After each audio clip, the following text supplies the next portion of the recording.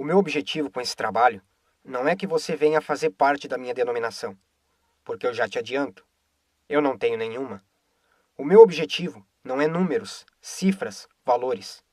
Não estou interessado no seu dinheiro. Eu gostaria de aproveitar a oportunidade para fazer um pedido a você que me assiste.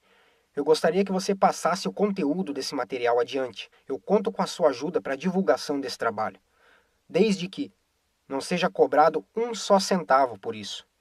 Pois da mesma forma que você recebeu esse DVD gratuitamente, passe adiante o conteúdo dele gratuitamente. Dada essa parte de apresentação, vamos ao objetivo, que é tratar um pouco a respeito de quem ele é, o Senhor Deus. Vamos tentar fazer um pouquinho do que nos é proposto no livro de Provérbios, capítulo 2, verso 2. Escute os sábios e procure entender o que eles ensinam. Peça sabedoria e grite pedindo entendimento. Procure essas coisas como se procurasse prata ou ouro. Se você fizer isso, saberá o que quer dizer temer o Senhor e aprenderá a conhecê-lo. Vamos tratar um pouquinho a respeito da grandiosidade do Senhor Deus. Você tem ideia da grandiosidade do Senhor Deus? A palavra dele, revelada na Escritura, lá no livro de Isaías, nos dá uma ideia do quão grande ele é. Lá diz que ele é um grande Deus, que ele mede o céu a palmos. A pergunta agora é, qual o tamanho dos céus? Só a nível de ideia, o universo como nós o conhecemos tem 93 bilhões de anos-luz de diâmetro, de uma ponta até a outra. Um ano-luz equivale a 9,5 trilhões de quilômetros. Vamos parar e pensar um pouquinho a respeito. 93 bilhões multiplicado por 9,5 trilhões de quilômetros, esse negócio desse tamanho, é o que Isaías disse que o Senhor Deus mede a palmos. E o que me impressiona é que tem pessoas que têm a ousadia de chegar para esse Deus, que mede 93 bilhões por 9,5 trilhões de quilômetros a palmos, e dizer, eu decreto, eu determino. Eles não têm noção de com quem eles estão falando. Visto que muitos cristãos não sabem bem como se posicionar diante de certos questionamentos científicos, a partir de agora nós iremos tratar de temas em áreas em que os cristãos têm maior dificuldade em responder.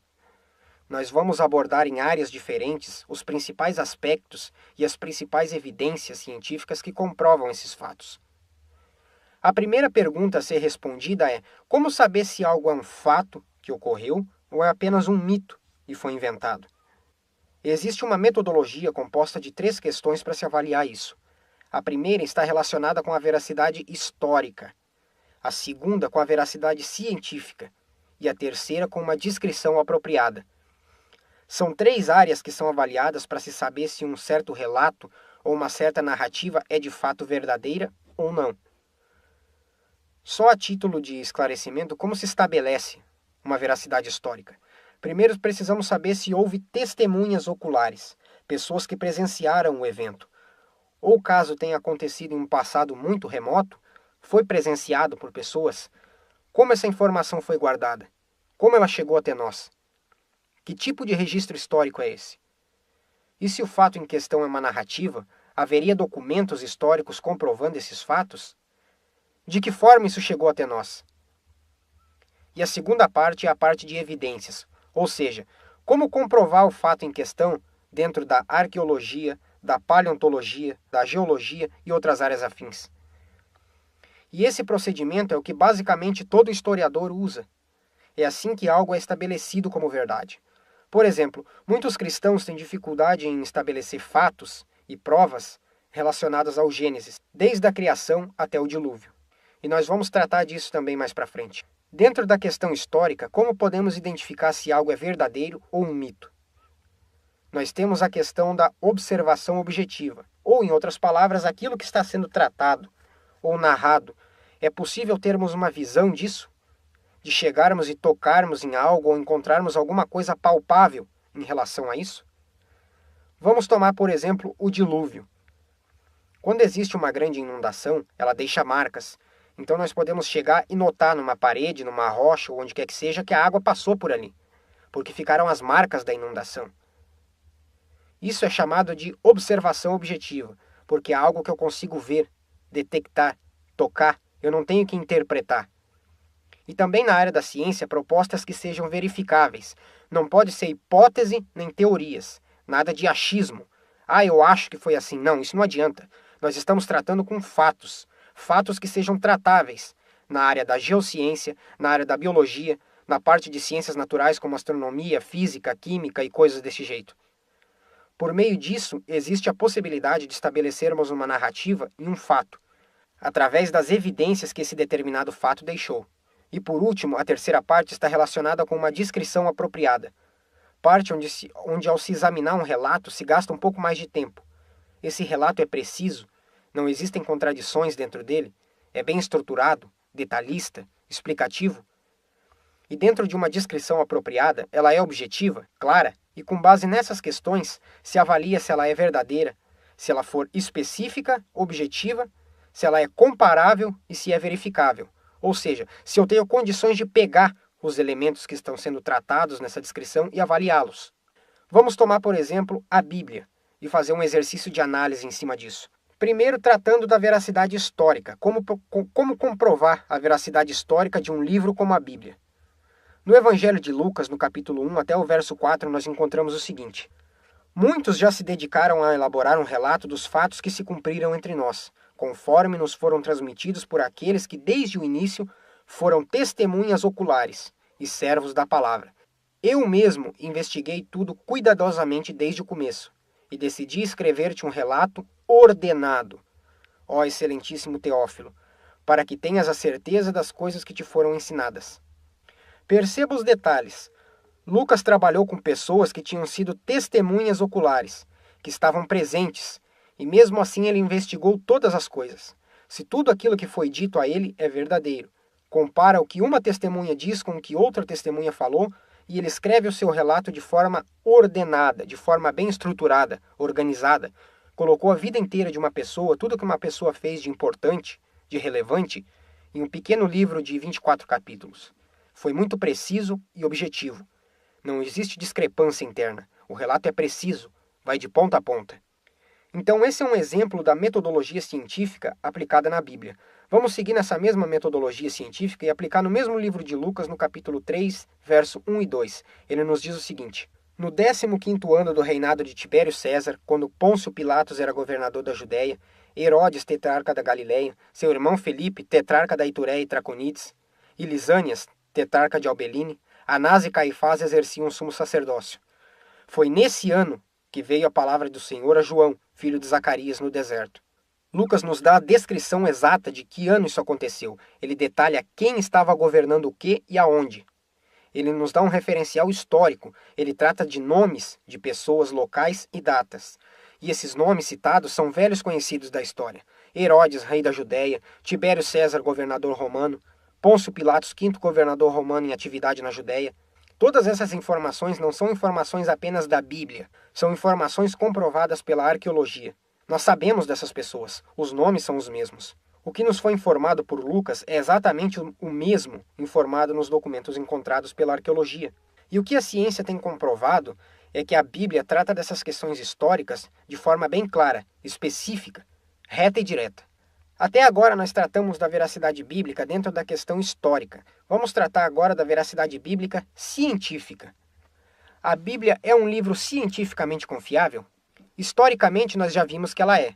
E cientificamente? Dentro da veracidade científica eu vou dar aqui algumas citações de afirmações científicas que a Bíblia nos dá. Mas isso é só a título de esclarecimento, como forma de exemplo. Eu não vou me aprofundar muito porque a gente ainda tem bastante assunto para discorrer ainda nesse trabalho. Jó capítulo 26, verso 7 diz o seguinte: o Senhor Deus estende o norte sobre o vazio e faz com que a terra paire sobre o nada.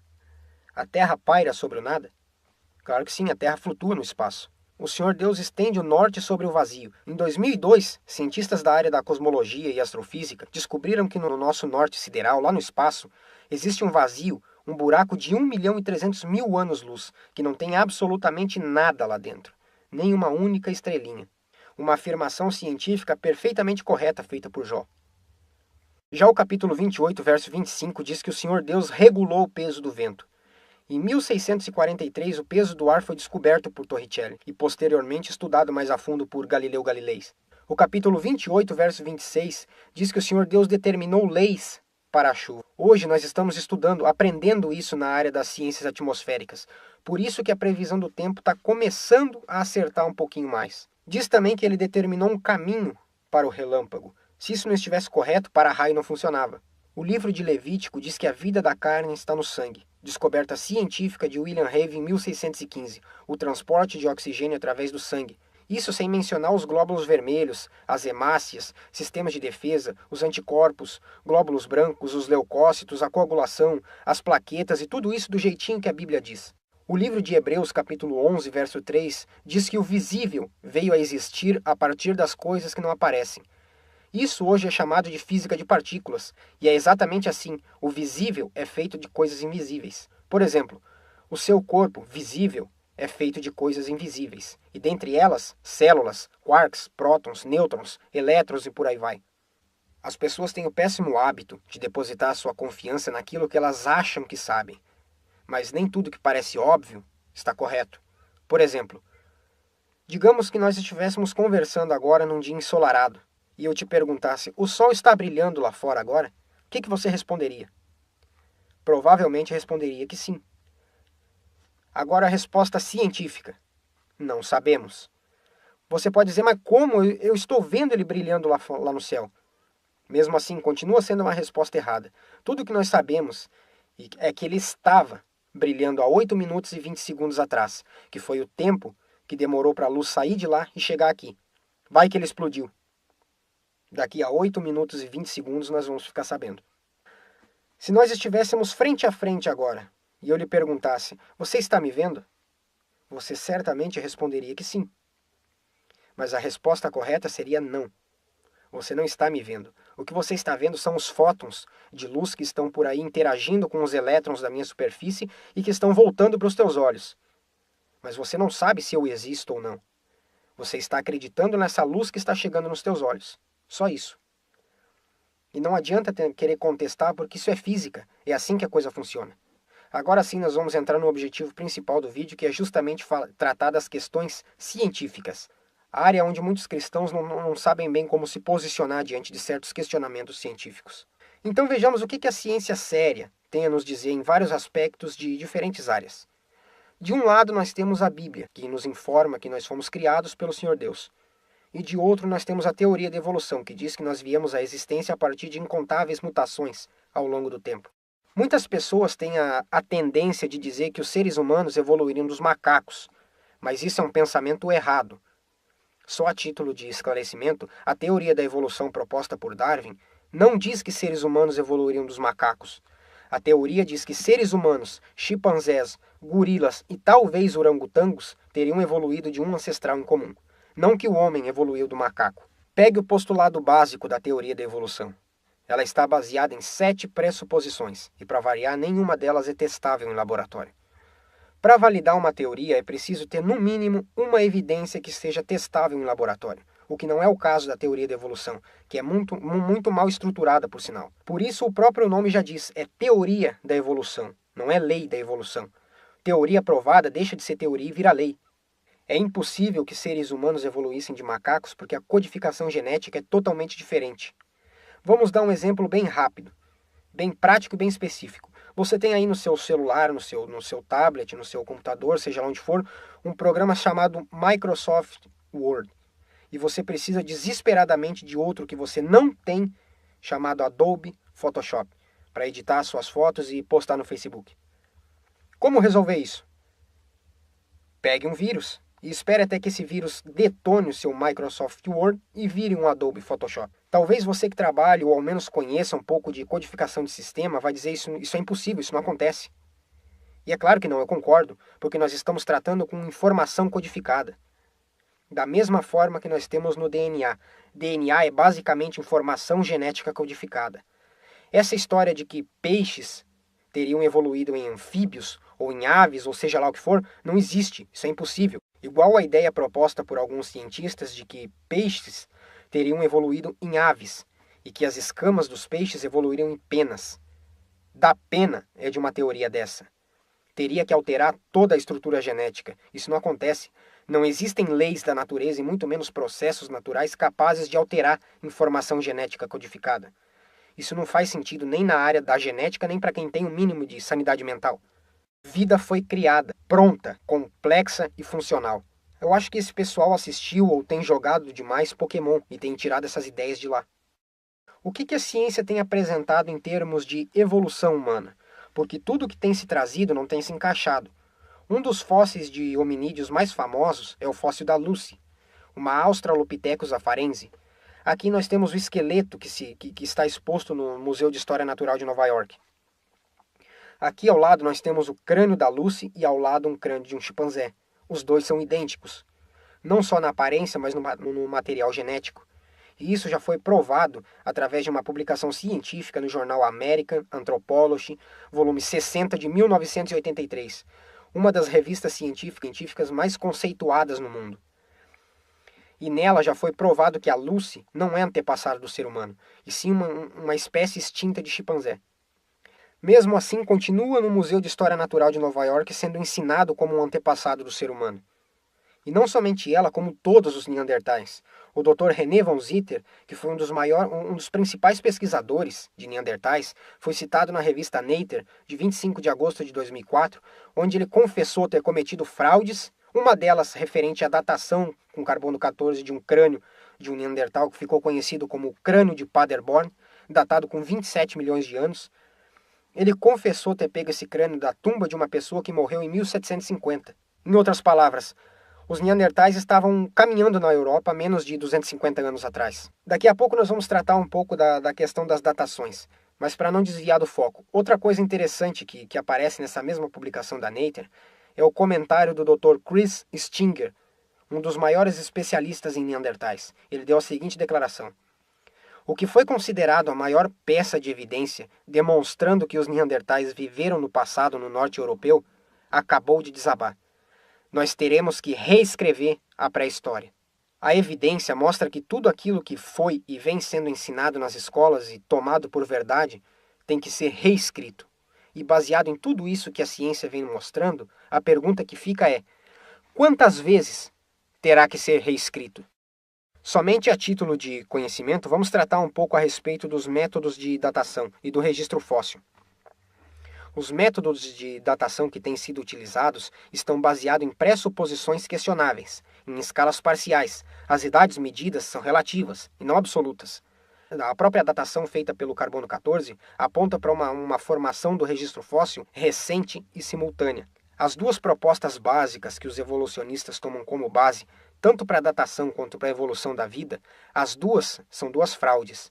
E isso é fácil de evidenciar usando a própria metodologia deles. Mesmo assim, são as bases do raciocínio evolucionista.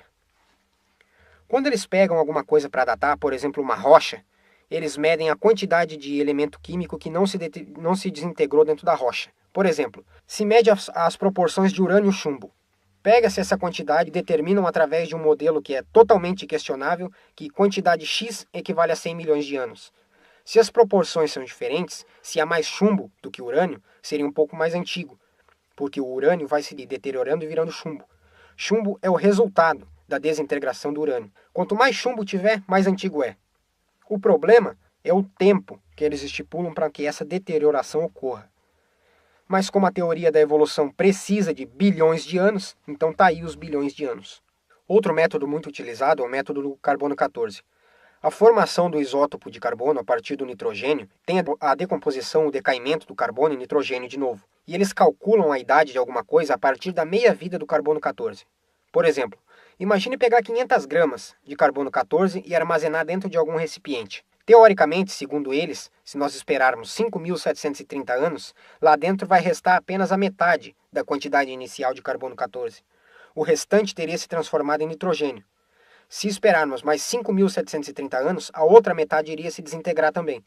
Esse é o conceito do que eles chamam de meia-vida. É o tempo que um elemento químico leva para atingir a metade da sua massa.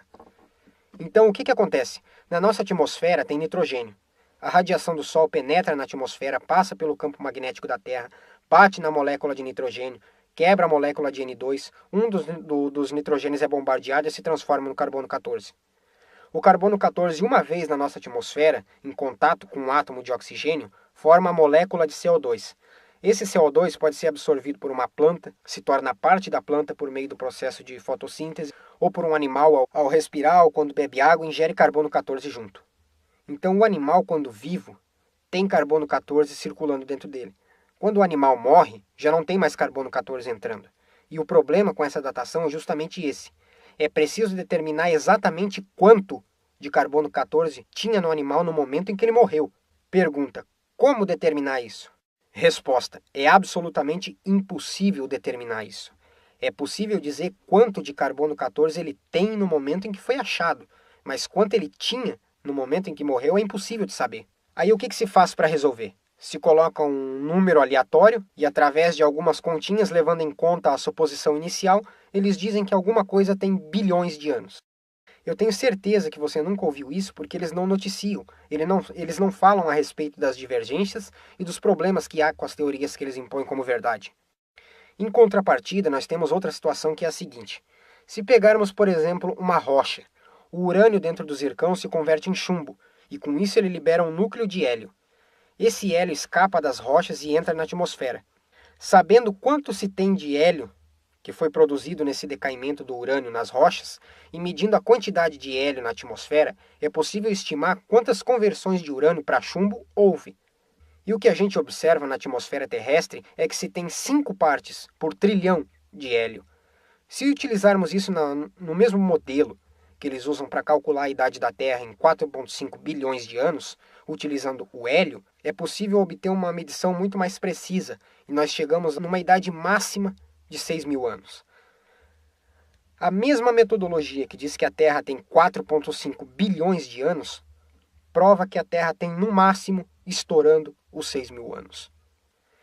E esse é um paradoxo que os geólogos não conseguem explicar, porque para uma Terra com 4,5 bilhões de anos, falta muito hélio na atmosfera. Pergunta: para onde foi todo esse hélio? Eles não sabem explicar. Na verdade, não tem como explicar, porque a mentira não se sustenta por muito tempo. Mas vamos deixar isso de lado e vamos tratar um pouco do registro fóssil. Primeiramente, o registro fóssil não é nem de longe uma evidência da evolução. Muito pelo contrário, é uma prova de que nunca houve evolução. Seres humanos sempre foram seres humanos e chimpanzés sempre foram chimpanzés.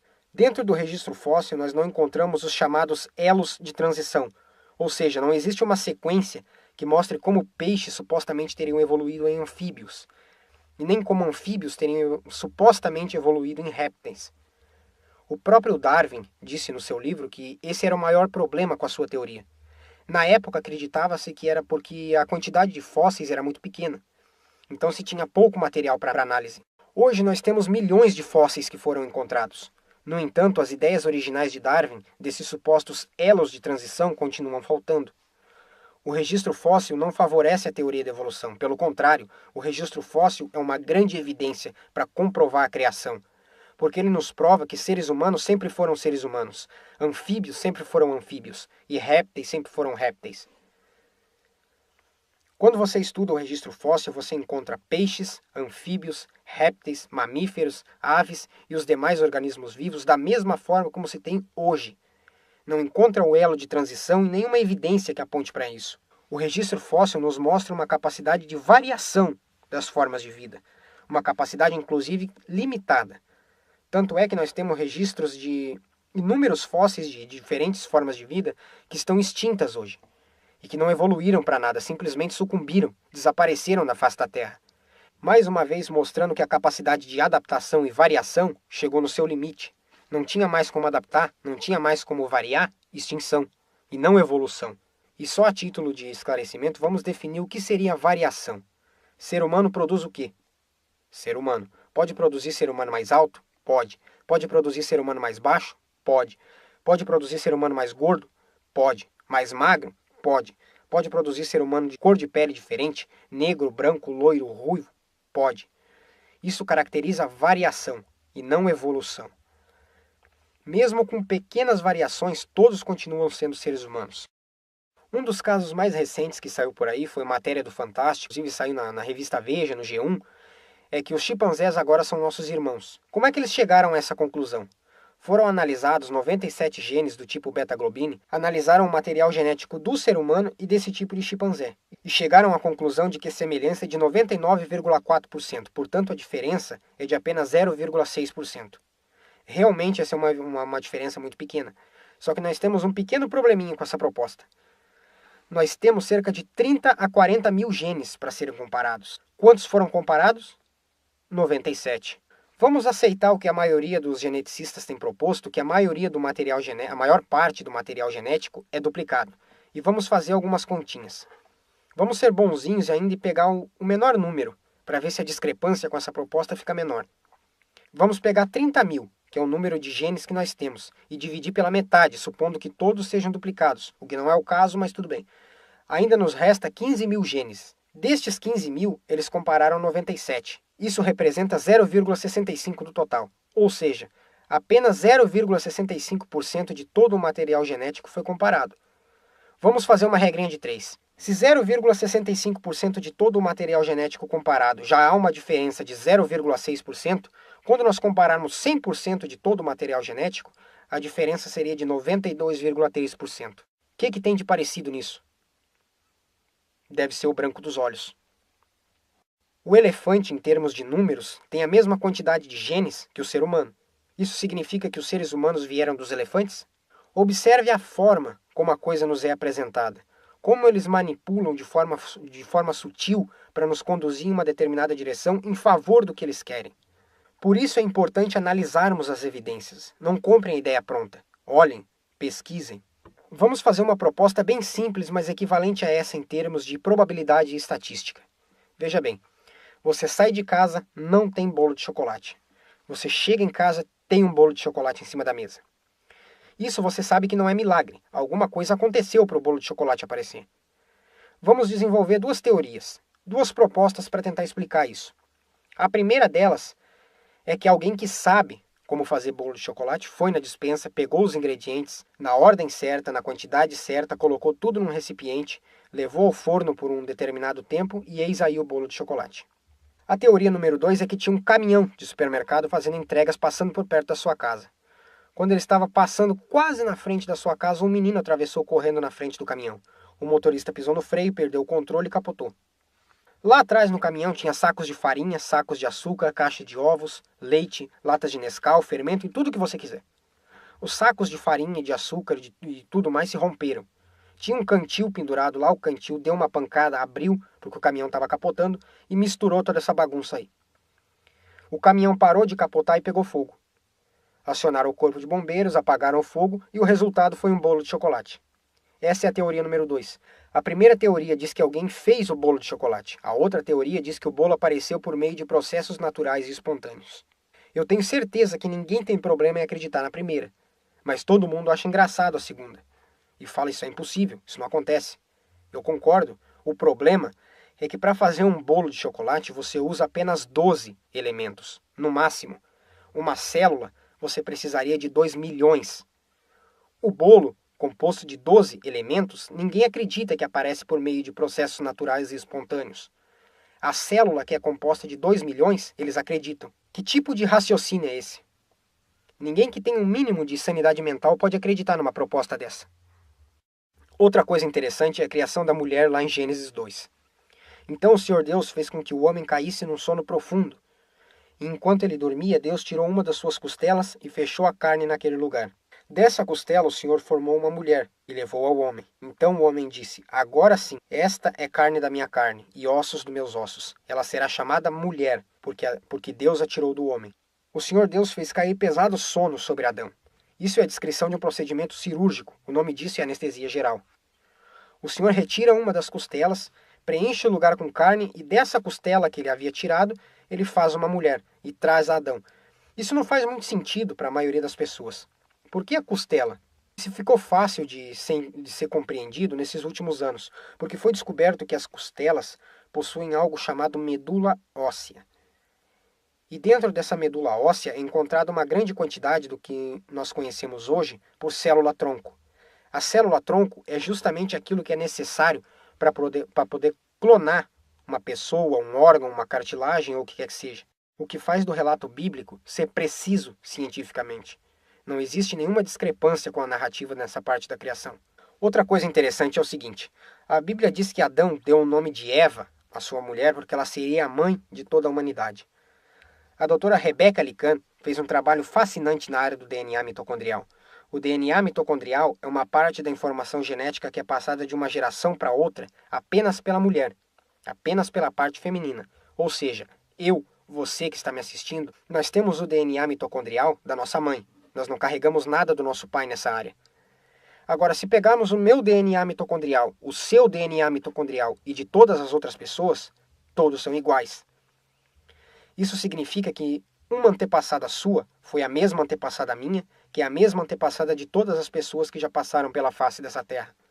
Ela colheu amostras de DNA de 147 pessoas espalhadas pelo mundo todo, todos sem ligação nenhuma entre si. Aborígenes da Austrália, pigmeus da África, gente da Sibéria, gente do Oriente Médio, 147 pessoas espalhadas pelo mundo todo. E essas 147 pessoas tinham o mesmo DNA mitocondrial. Isso prova que todos nós viemos de uma única e mesma mulher. Tem implicação religiosa? Não. Um estudo científico, mas passou a ter devido à conotação e ao nome que foi dado. O estudo ficou conhecido como Eva mitocondrial. O estudo completo foi publicado na revista Nature, volume 325, de 1º de janeiro de 1987. Doutora Rebecca Lican, página 31 a 36. Uma publicação científica que comprova a origem do ser humano. Um resumo da publicação pode ser achada facilmente na Wikipédia. E somente a título de esclarecimento, dentro desse conceito, como explicar as diferentes etnias, os negros, os asiáticos, os europeus e tudo mais. Existem vários estudos que têm mostrado que a quantidade de material genético guardado nos nossos DNAs é muito grande.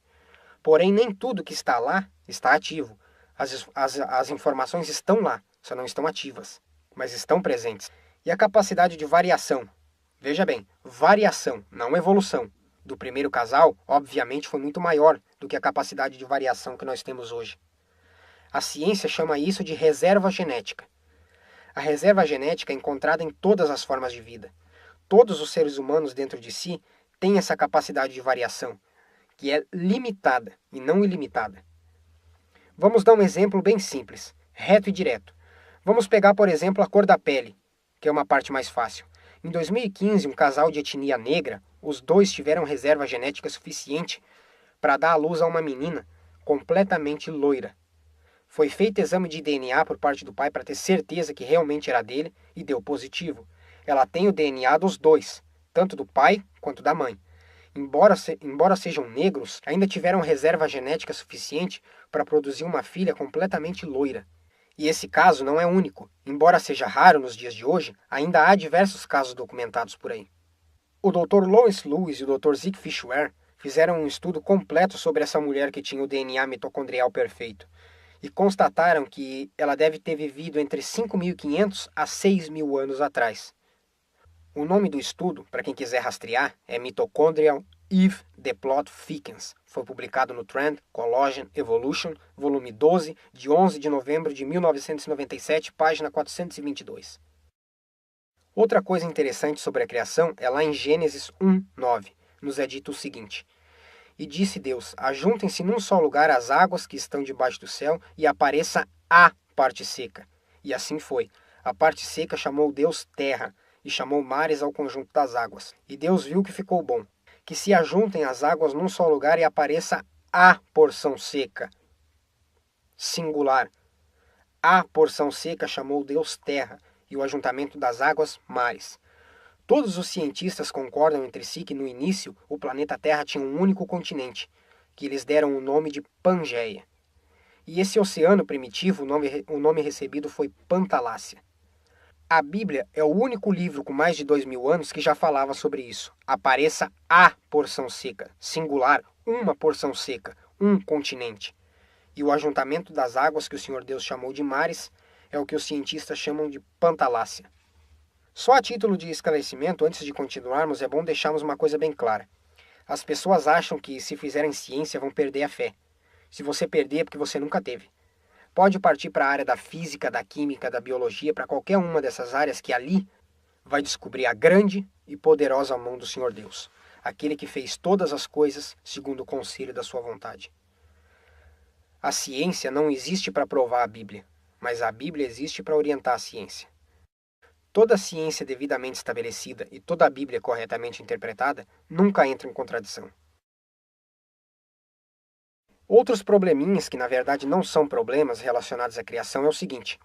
A Bíblia no capítulo 1 de Gênesis diz que no princípio criou Deus o céu e a terra. E logo no começo ele diz, haja luz, e houve luz. Você continua lendo e vê que só no dia 4 ele criou o sol, luas e estrelas. Então as pessoas pensam, luz veio antes dos corpos celestes? Veio. Está cientificamente correto. É assim que a coisa funciona. O universo está cheio do que a ciência chama de nebulosas, de gases superaquecidos que emitem luz. Por exemplo, isso que você está vendo aqui são alguns lugarzinhos no universo que você só vê luz brilhando a partir do nada, sem depender de nenhum corpo celeste. A Bíblia está perfeitamente correta na proposta dela. Mas há 50 anos atrás, o pessoal, principalmente do ramo acadêmico, pseudocientistas, davam risada, pegavam alguns trechos da Bíblia para entrar em paradoxo e tripudiar em cima, para dizer coisas desse jeito. Ah, coisa ridícula, sem nexo. Deus primeiro faz luz, depois de 4 dias cria sol, lua e estrelas? Coisa mais sem sentido, ridículo. E eu também acho, ridículo é o que eles falaram, porque o livro está correto, continua correto. Eles é que estavam errados. Existe muita luz aí fora, sem estrela, ou qualquer outro corpo celeste por perto.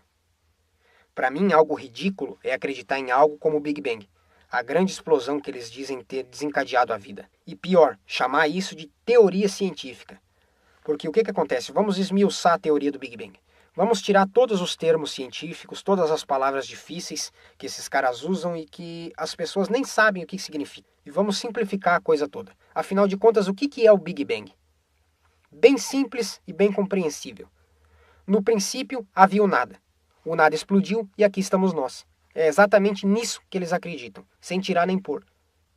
Isso sim para mim é ridículo. Faça essa proposta para o seu filho de 5 anos e ele vai ver que tem alguma coisa errada aí. Você pode pesquisar em livros de física ou até mesmo perguntar a um físico ou algum cientista, se tiver contato com algum, se no princípio não havia nada, o que produziu instabilidade para que a explosão acontecesse? Porque para ocorrer uma explosão, é necessário que alguma coisa gere instabilidade. O que teria gerado instabilidade para que tudo explodisse, se no princípio não havia nada? E a resposta de todos, sem exceção, é leis físicas estranhas e desconhecidas. Que tipo de resposta é essa? Cadê a evidência científica que comprova isso que vem sendo difundido em larga escala e ensinado como verdade absoluta? Pergunte que leis são essas. E ele vai dizer, não sei, leis físicas estranhas e desconhecidas. Nós ainda estamos trabalhando a respeito disso. Isso para mim é uma piada, isso sim é ridículo. Quer tirar qualquer um deles do sério? Faça a seguinte colocação, a seguinte proposta. Ô seu professor, seu doutor, seu cientista, seu seja lá o que for, eu respeito a sua posição acadêmica, o senhor é muito mais graduado do que eu, tem muito mais estudo do que eu, tem um QI muito mais elevado do que o meu, é muito mais inteligente do que eu, o senhor é muito mais culto do que eu, mas com todo respeito ao senhor e à ciência que o senhor estuda, para poder difundir isso em larga escala da forma como difundem, afirmando que isso é verdade, é necessário que, além de uma evidência científica que comprove o que não tem, é necessário que isso seja testável em laboratório, para que não reste dúvida e seja cientificamente provado. Então façamos o seguinte, eu dou para o senhor um sacão de nada, com um montão de nada dentro. Sabe um sacão, uma sacola, com um montão de nada dentro. O senhor leva esse montão de nada para o seu laboratório e faz com que alguma coisa gere instabilidade e desencadeie uma explosão no meio desse montão de nada e crie o que quer que seja. O senhor consegue fazer isso? Consegue reproduzir isso em laboratório? Se eu lhe der um sacão de nada, com um montão de nada dentro, o que o senhor faz com esse montão de nada que eu lhe der? Então o senhor me desculpe, mas essa proposta é ridícula. E é essa a realidade em que nós vivemos. Uma teoria ridícula dessas é ensinada como verdade absoluta. Só a título de esclarecimento, vamos fazer um exercício simples em cima disso. Pegue o seu relógio. A maioria das pessoas ainda usa relógio, então eu gosto de tomar isso como exemplo. Olhe para ele e pense assim: esse relógio ele foi fruto de uma explosão dentro de uma fábrica japonesa. Você daria risada? Parece absurdo? O universo é extremamente mais complexo e dizem que foi resultado de uma explosão. E misteriosamente as pessoas acreditam. Eles inverteram a coisa toda. Agora explosão constrói coisas. Eu nunca vi explosão construir nada. Pelo contrário, eu vejo destruir. Mas os intelectuais dizem que explosão constrói, cria coisas a partir do nada. Quem sou eu para discordar? Cada um com suas convicções. Eu acho que a ideia deles em relação ao Big Bang é alguma coisa mais ou menos assim.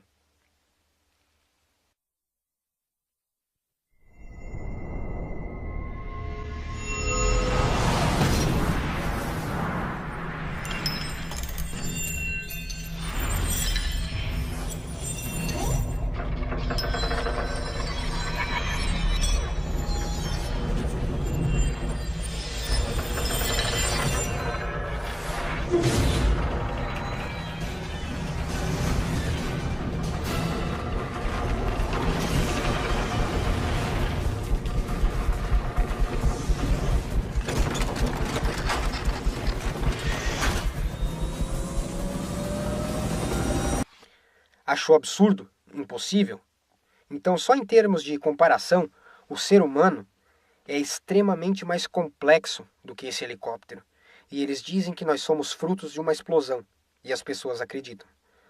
Você tem ideia da complexidade do ser humano em paralelo com toda a tecnologia conhecida? A mais alta tecnologia de ponta se torna obsoleta quando comparada à complexidade do ser humano. Imagine todas as 3 bilhões 164 milhões e 700 mil letrinhas que compõem o DNA. Todas elas organizadas precisamente. Sabe onde está guardada toda essa informação genética de como fazer você? Vamos pegar, por exemplo, o núcleo de uma célula sua. Ali dentro você vai ter um monte de filamentos, que são esses pequenos fiozinhos do DNA. Sabe qual é o diâmetro desses fiozinhos? 2 nanômetros. O que significa isso? Pega uma régua e ela vai estar dividida em milímetros. Pegue 1 milímetro desse e divida-o em 1000 pedacinhos. Pegue um pedacinho desse, você tem 1 micrômetro. Pegue esse seu 1 micrômetro e divide de novo em mais 1000 pedacinhos. Você vai ter 1 nanômetro. E é dentro disso que está guardada toda a informação genética de como fazer você. Ali dentro tem toda a informação de onde seus olhos serem colocados, sua orelha, cor de cabelo, estrutura óssea, sistema sanguíneo, tudo. Todas aquelas 3 bilhões 164 milhões e 700 mil letrinhas genéticas então, estão dentro desse fiozinho de 1 nanômetro de diâmetro. Essa complexidade não é fruto do acaso. Leis da natureza e processos naturais não produzem informação genética codificada. A ciência reconhece isso. Então a questão toda é: se toda forma de vida está baseada em informação genética codificada, só é capaz de existir vida através de informação genética codificada, a qual não surge espontaneamente? Processos naturais e leis da natureza não produzem informação genética codificada? Então, como explicar o Big Bang e a teoria da evolução? E como sustentar a afirmação evolucionista de que vida teria surgido por acaso, se informação genética codificada não é resultado de seleção natural? Não existe uma única lei da natureza ou processo natural que produza informação genética codificada. E sem informação genética codificada, não existe vida. Quer saber qual a origem da vida? Descubra qual a origem da informação genética codificada. O Senhor Deus nos deixou uma boa pista. Dentro da nossa codificação genética, dentro do próprio DNA. Vamos tratar um pouco a respeito disso. Isso aqui é a ilustração de uma fita de DNA. Ela é formada por essas duas hélices em espirais, que são conectadas por essas pontes. Essas pontes seguem um padrão de espaço. Não é em toda informação que tem as pontes. Essas pontes seguem um padrão de espaço que é o seguinte: a cada 10 unidades de informação, tem uma ponte. Depois, 5 unidades de informação, tem outra ponte. Depois, 6, tem outra ponte. E depois, 5 de novo. E esse padrão se repete. Ele termina e inicia de novo, na mesma sequência. 10, 5, 6, 5. Então, guardem bem essa sequência. 10, 5, 6, 5. Vamos pegar a Bíblia e ver o nome que o Senhor Deus se apresentou a Moisés. Ele é escrito da seguinte forma: são 4 letras, 4 caracteres hebraicos, sendo eles o Yud, o Re, o Vav e o Re de novo. Essas 4 letras formam o tetragrama, o nome pelo qual o Senhor Deus se apresentou a Moisés. Deus e Senhor não é nome, é título, mas isso é outro assunto. Vamos pegar os caracteres no alfabeto hebraico. No hebraico, não existe algarismos para definir números. As letras têm valor numérico. Por exemplo, vamos trazer para o nosso alfabeto para facilitar o entendimento. É como se o A valesse 1, o B valesse 2, o C valesse 3 e assim por diante. Como no hebraico não existe algarismos para definir números, se eles quisessem fazer uma conta, por exemplo, eles fariam A mais A igual a B, ou B mais B igual a D. Então vamos pegar essa sequência numérica codificada no DNA humano e levar para o alfabeto hebraico para ver a que letras equivale essa sequência. O Yud equivale a 10, o Re equivale a 5, o Vav equivale a 6 e o Re de novo equivale a 5. O Senhor Deus deixou a sua assinatura dentro do nosso DNA. Cada ser humano da face da Terra carrega o nome sagrado dele dentro de si, como se fosse a assinatura do fabricante. É tipo aquele relógio, aquela bolsa, aquela roupa, ou seja lá o que for que você comprou no camelô.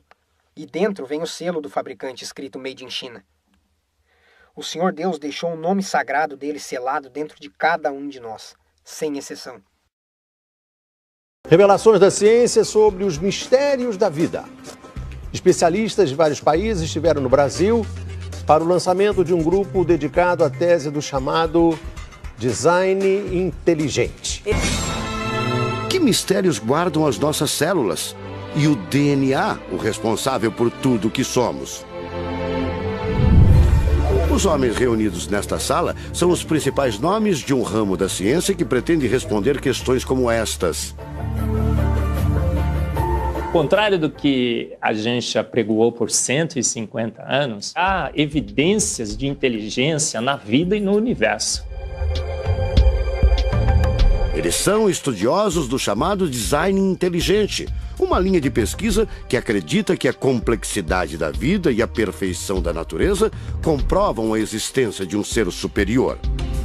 A vida foi feita pronta, o universo foi feito pronto, planejados por um ser extremamente inteligente, com design, com arte.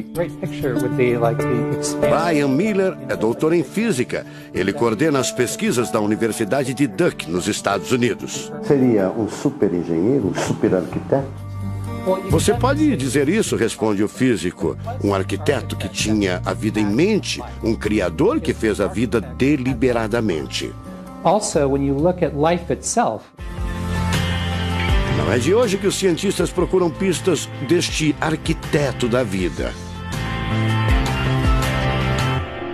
Ao considerar a carga dos elementos químicos do DNA, os pesquisadores teriam identificado o seguinte padrão numérico: 10, 5, 6, 5. Eles então passaram a tentar decifrar esse código e tiveram a ideia de substituir os números por letras hebraicas. A sequência numérica 10, 5, 6, 5 foi transcrita para as respectivas letras em hebraico: Yud, Rei, Vav, Rei. Veja o resultado. A sequência corresponde à palavra Deus em hebraico. Apesar de todo o avanço da medicina, cerca de 90% das informações genéticas ainda são um mistério. O professor Eberlin diz que as descobertas científicas trazem implicações sérias para toda a humanidade, mas cada vez mais reforçam os argumentos de quem acredita no design inteligente, a assinatura de uma força superior. A gente vai ter que entregar essa informação para a filosofia e para a teologia. E a gente agora, como bons filósofos e teólogos que todos somos, a gente vai colocar a nossa filosofia e nossa teologia em cima desse dado científico e optar pela melhor opção. Eu, óbvio, acho que a melhor opção é Deus. Como gente, a gente tem esse direito, né, de especular em cima da descoberta científica de que uma mente inteligente orquestrou o universo e a vida.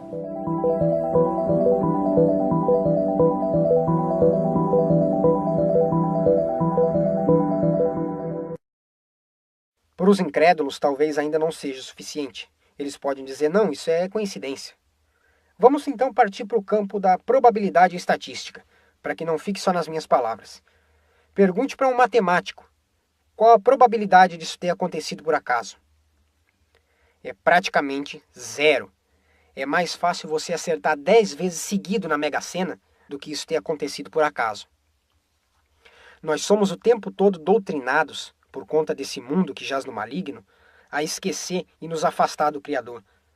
Para que você esqueça que um dia foi criado, que um dia Ele próprio, não outro, mas Ele próprio te planejou.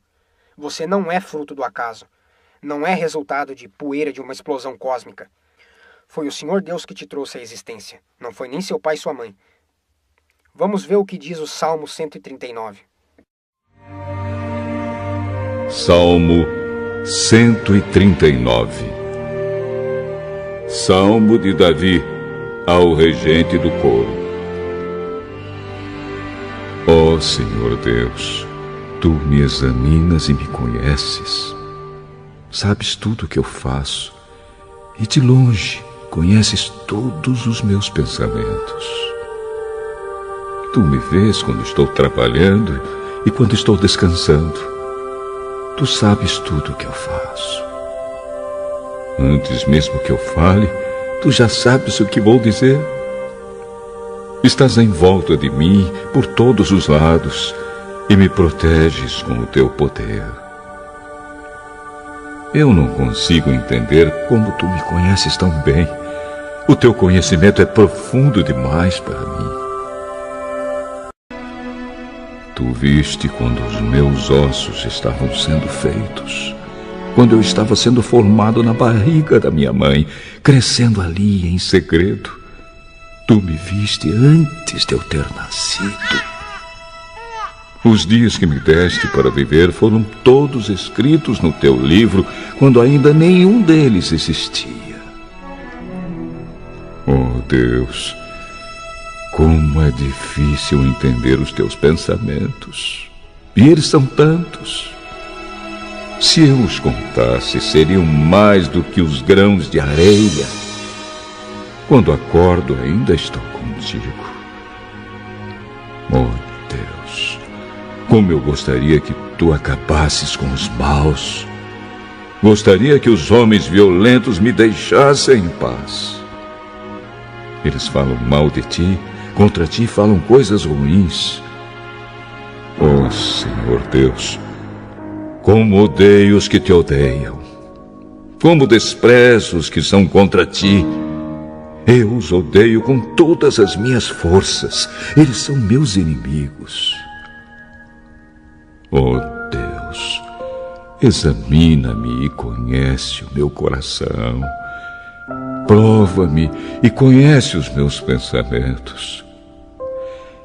Vê se há em mim algum pecado e guia-me pelo caminho eterno.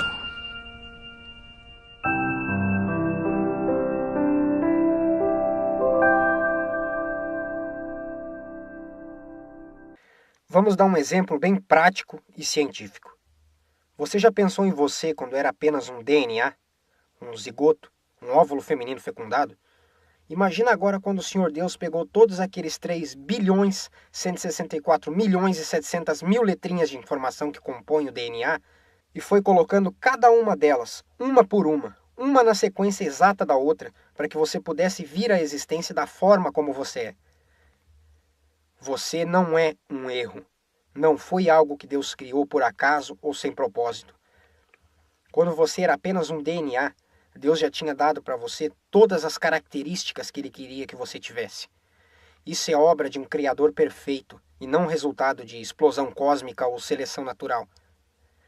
Não importa o que o mundo te apresente como verdade absoluta. Nunca perca o referencial que o Senhor Deus é o seu Criador. Ou você vai arrumar toneladas e toneladas e toneladas de razões para se sentir o mais miserável nesse mundo. Lembre-se que antes mesmo deles terem se iniciado, todos os seus dias foram planejados por aquele que te criou. Você não é fruto do acaso, embora queiram que acreditemos nisso. E essa não foi a única marca que ele nos deixou. Quando nós estudamos a natureza, em paralelo com o conhecimento que temos das Escrituras, nós temos algumas características fascinantes. Vamos parar e pensar um pouco a respeito delas. A natureza é o livro das obras das mãos do Senhor Deus. Qual característica que só o Deus da Bíblia apresenta? Ser 3 em 1. É um Deus, mas que se apresenta em 3 pessoas: o Pai, o Filho e o Espírito Santo. Vamos olhar para a natureza, para o livro das obras das suas mãos. Quais as características da natureza? Quando nós estudamos o tempo existe em passado, presente e futuro, 3 em 1.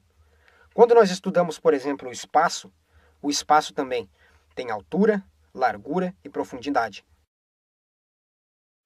Quando nós estudamos, por exemplo, a base da matéria, que são os átomos, eles são formados de prótons, nêutrons e elétrons. Novamente, você tem 3 em 1. Quando nós estudamos, por exemplo, os prótons, eles são formados de 3 quarks, 2 ups e 1 down. Novamente, 3 em 1.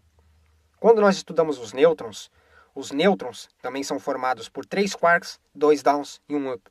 Quando nós estudamos as partículas com carga elétrica, você tem os elétrons, os homes e os downs. Quando você estuda as partículas sem carga elétrica, os neutrinos, você tem o elétron-neutrino, o down, o neutrino-home e o neutrino. Quando você estuda a base da matéria, você tem sólido, líquido e gasoso. Quando você estuda a codificação genética, os códons, você encontra 3 nucleotídeos formando a base. Até mesmo quando você estuda música, você tem melodia, harmonia e ritmo. Independente da área que nós estudarmos, o 3 em 1 aparece o tempo todo. Isso é uma característica da natureza. Não foi algo que nós criamos. Não é questão de interpretação. É o que a natureza é, do jeito que ela é, pura e simplesmente. Por que será que a natureza é 3 em 1? Porque ela é o livro das obras das mãos do Senhor Deus. Outra característica fascinante que nós encontramos quando estudamos as leis da natureza é que as leis da natureza são imutáveis. Elas não sofrem nenhuma sombra de variação. Elas atuam em qualquer lugar do universo. E por que será que as leis da natureza possuem essas características? Elas são imutáveis, são absolutas, são transcendentes, são onipotentes, são onipresentes. Porque essas são características do Senhor Deus, expostas na natureza. É óbvio que a natureza teve um Criador, e nós sabemos quem foi. Uma coisa fascinante que eu vi no mundo científico foi o discurso do Dr. Carlton, ganhador do Prêmio Nobel em Física de Partículas. Ele disse o seguinte: para mim, fé começa com a compreensão de que uma inteligência superior trouxe o universo à existência e criou o homem. Não é difícil para mim ter essa fé, pois um universo organizado e inteligente testifica a favor da maior afirmação jamais pronunciada.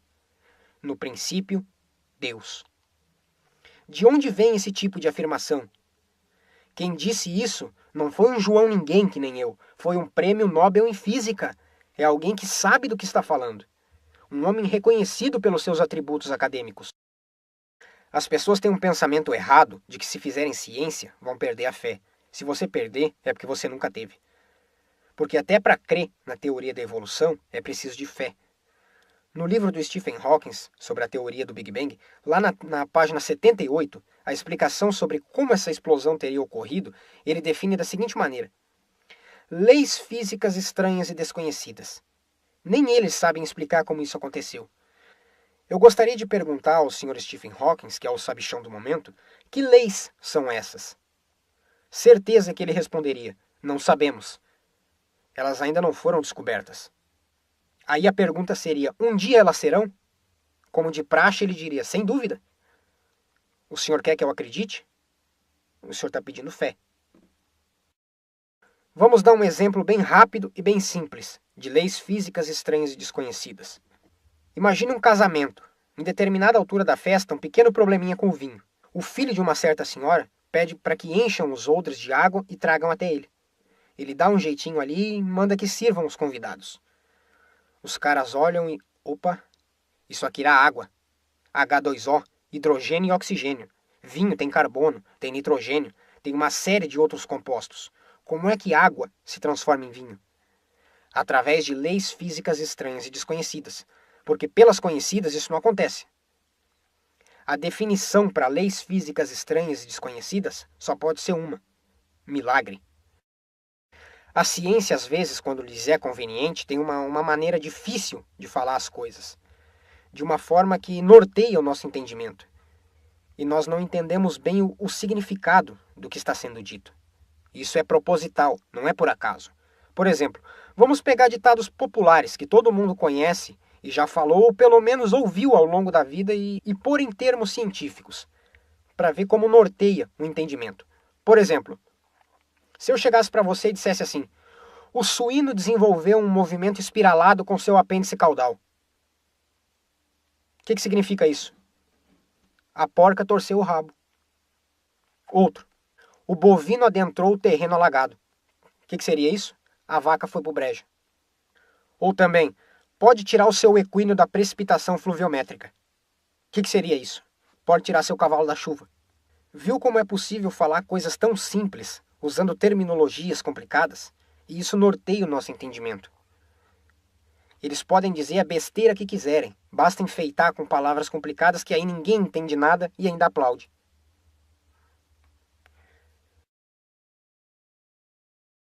Vamos ver mais alguns probleminhas com a teoria do Big Bang. Vamos pegar os próprios dados deles e arrumar aqui alguns paradoxos para o Sr. Hawkins resolver. Primeiro, segundo a teoria da evolução proposta por eles, a partir do Big Bang surge a vida. A partir daí, o universo começou a se auto-organizar. Ele surgiu a partir de uma explosão cósmica, saiu de uma bagunça e foi se organizando.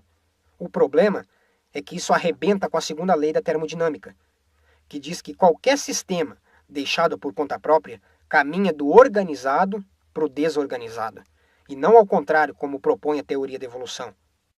Todas as coisas, sem exceção, com o passar do tempo, têm a tendência a se deteriorar.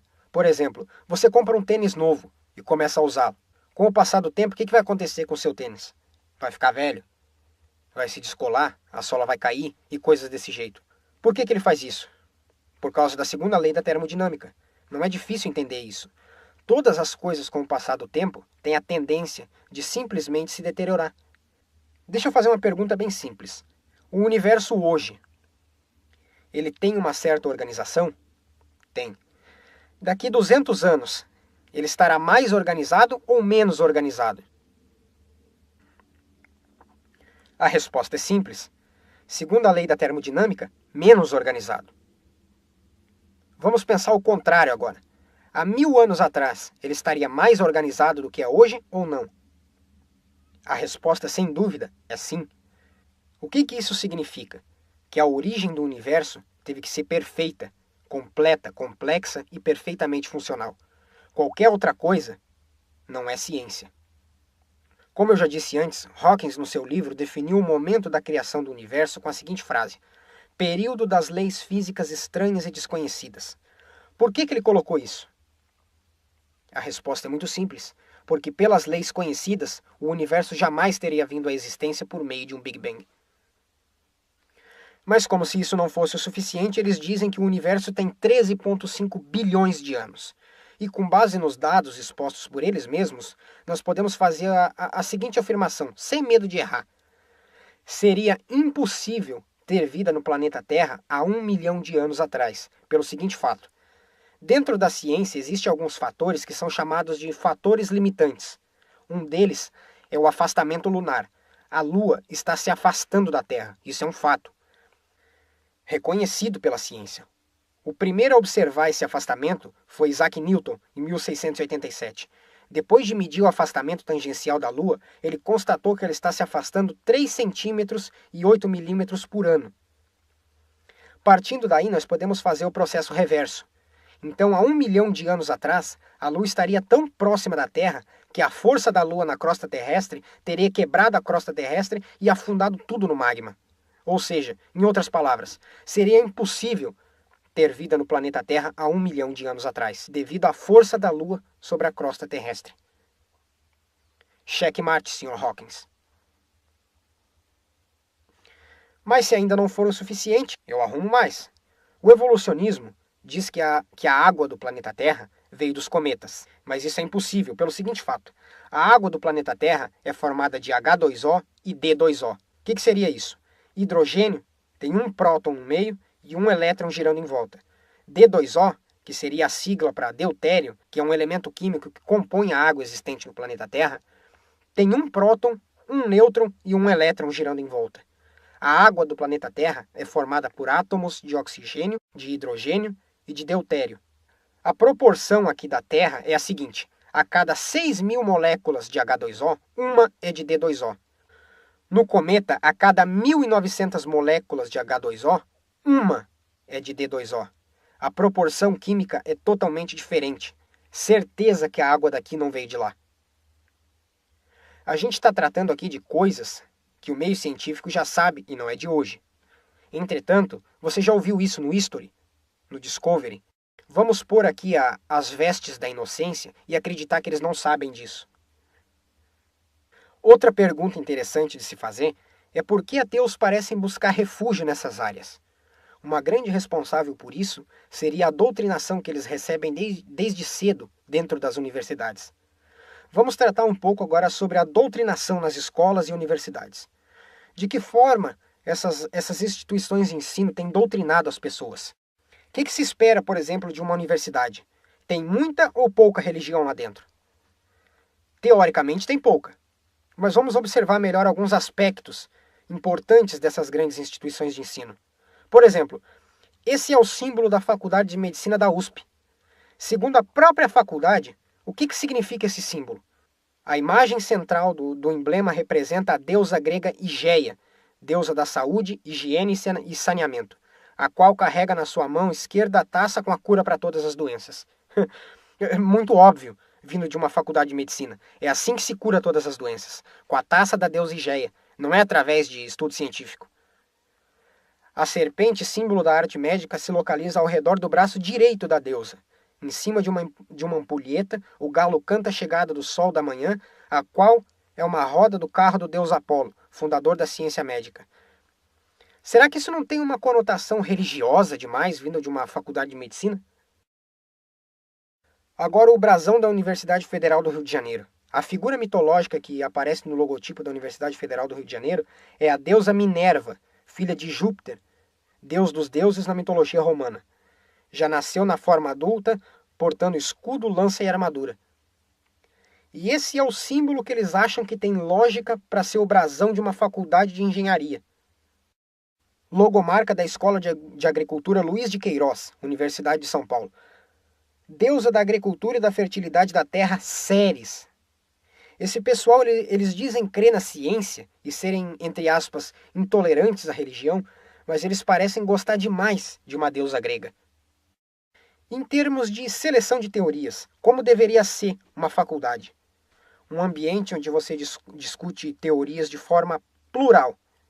Se pega um monte de teorias e se conversa com os alunos. Existem várias teorias, essa teoria é boa, vamos aprender a usar ela. Existe essa outra teoria, porém vamos descartar porque a evidência aponta para alguma coisa diferente. Enfim, isso seria um assunto aberto entre professor e alunos. Isso deveria ser discutido. Entretanto, na prática, não é nem de longe isso que acontece. Hoje, dentro das universidades, existe uma seleção de teorias, onde é imposto uma mentira e essa mentira é tomada por verdade absoluta. Embora todas as evidências possam apontar para algo contrário, esta é determinada a verdade e ponto. E essa seleção de teorias é algo extremamente nocivo, danoso, para a mente dos alunos, porque mesmo que você não queira ou não perceba, essa seleção de teorias vai te conduzir numa determinada direção em favor do que eles querem, e não de encontro com a verdade. Eles impõem uma teoria como sendo verdade absoluta e não falam das divergências e dos problemas que há com aquilo que eles impõem como verdade. Tudo é feito para nos afastar da verdade contida na Escritura. Depois que você analisa todos os fatores, conhece as evidências e as divergências daquilo que eles têm nos ensinado, você fica de boca aberta. Como o diabo foi astuto em montar um sistema tão bem estruturado ao longo do tempo para nos afastar da verdade. Para encerrar, vamos tratar um pouco sobre o dilúvio de Gênesis, porque muitas pessoas acham problemas onde não tem, porque muito do que se tem dito sobre o dilúvio apenas tem sido dito de acordo com os contos mitológicos dentro das igrejas. A maioria das pessoas acham que o dilúvio durou 40 dias, que começou com uma chuvinha torrencial que inundou o planeta todo. Vamos ver a cronologia do dilúvio. Foram 371 dias de dilúvio ao total, desde o dia em que Noé entrou na arca até o dia em que saiu, sendo 150 dias de inundação completa e 221 dias de escoamento. Segundo a Escritura, no dia 17 do mês 2 do ano 600 da vida de Noé, abriram-se as fontes do grande abismo, depois as comportas do céu, ou seja, primeiro veio água de baixo, depois água de cima. 40 dias depois fecharam-se as fontes do grande abismo e também as comportas do céu. 223 dias depois que o dilúvio começou, Noé começa a ver o topo das montanhas. 263 dias depois do início do dilúvio, Noé abre a janela da arca e solta um corvo. Ele espera 7 dias, o corvo não volta. Ele solta uma pomba. Ela vai e volta. 7 dias depois, ele solta de novo. Ela vai e volta com o ramo de oliveira. 284 dias já teriam se passado. 313 dias depois que o dilúvio começou, Noé remove uma parte da cobertura da arca e percebe que o solo está enxuto. Aí se inicia os preparativos para a saída da arca. E 371 dias depois que o dilúvio começou, Noé sai da arca com sua família e os animais.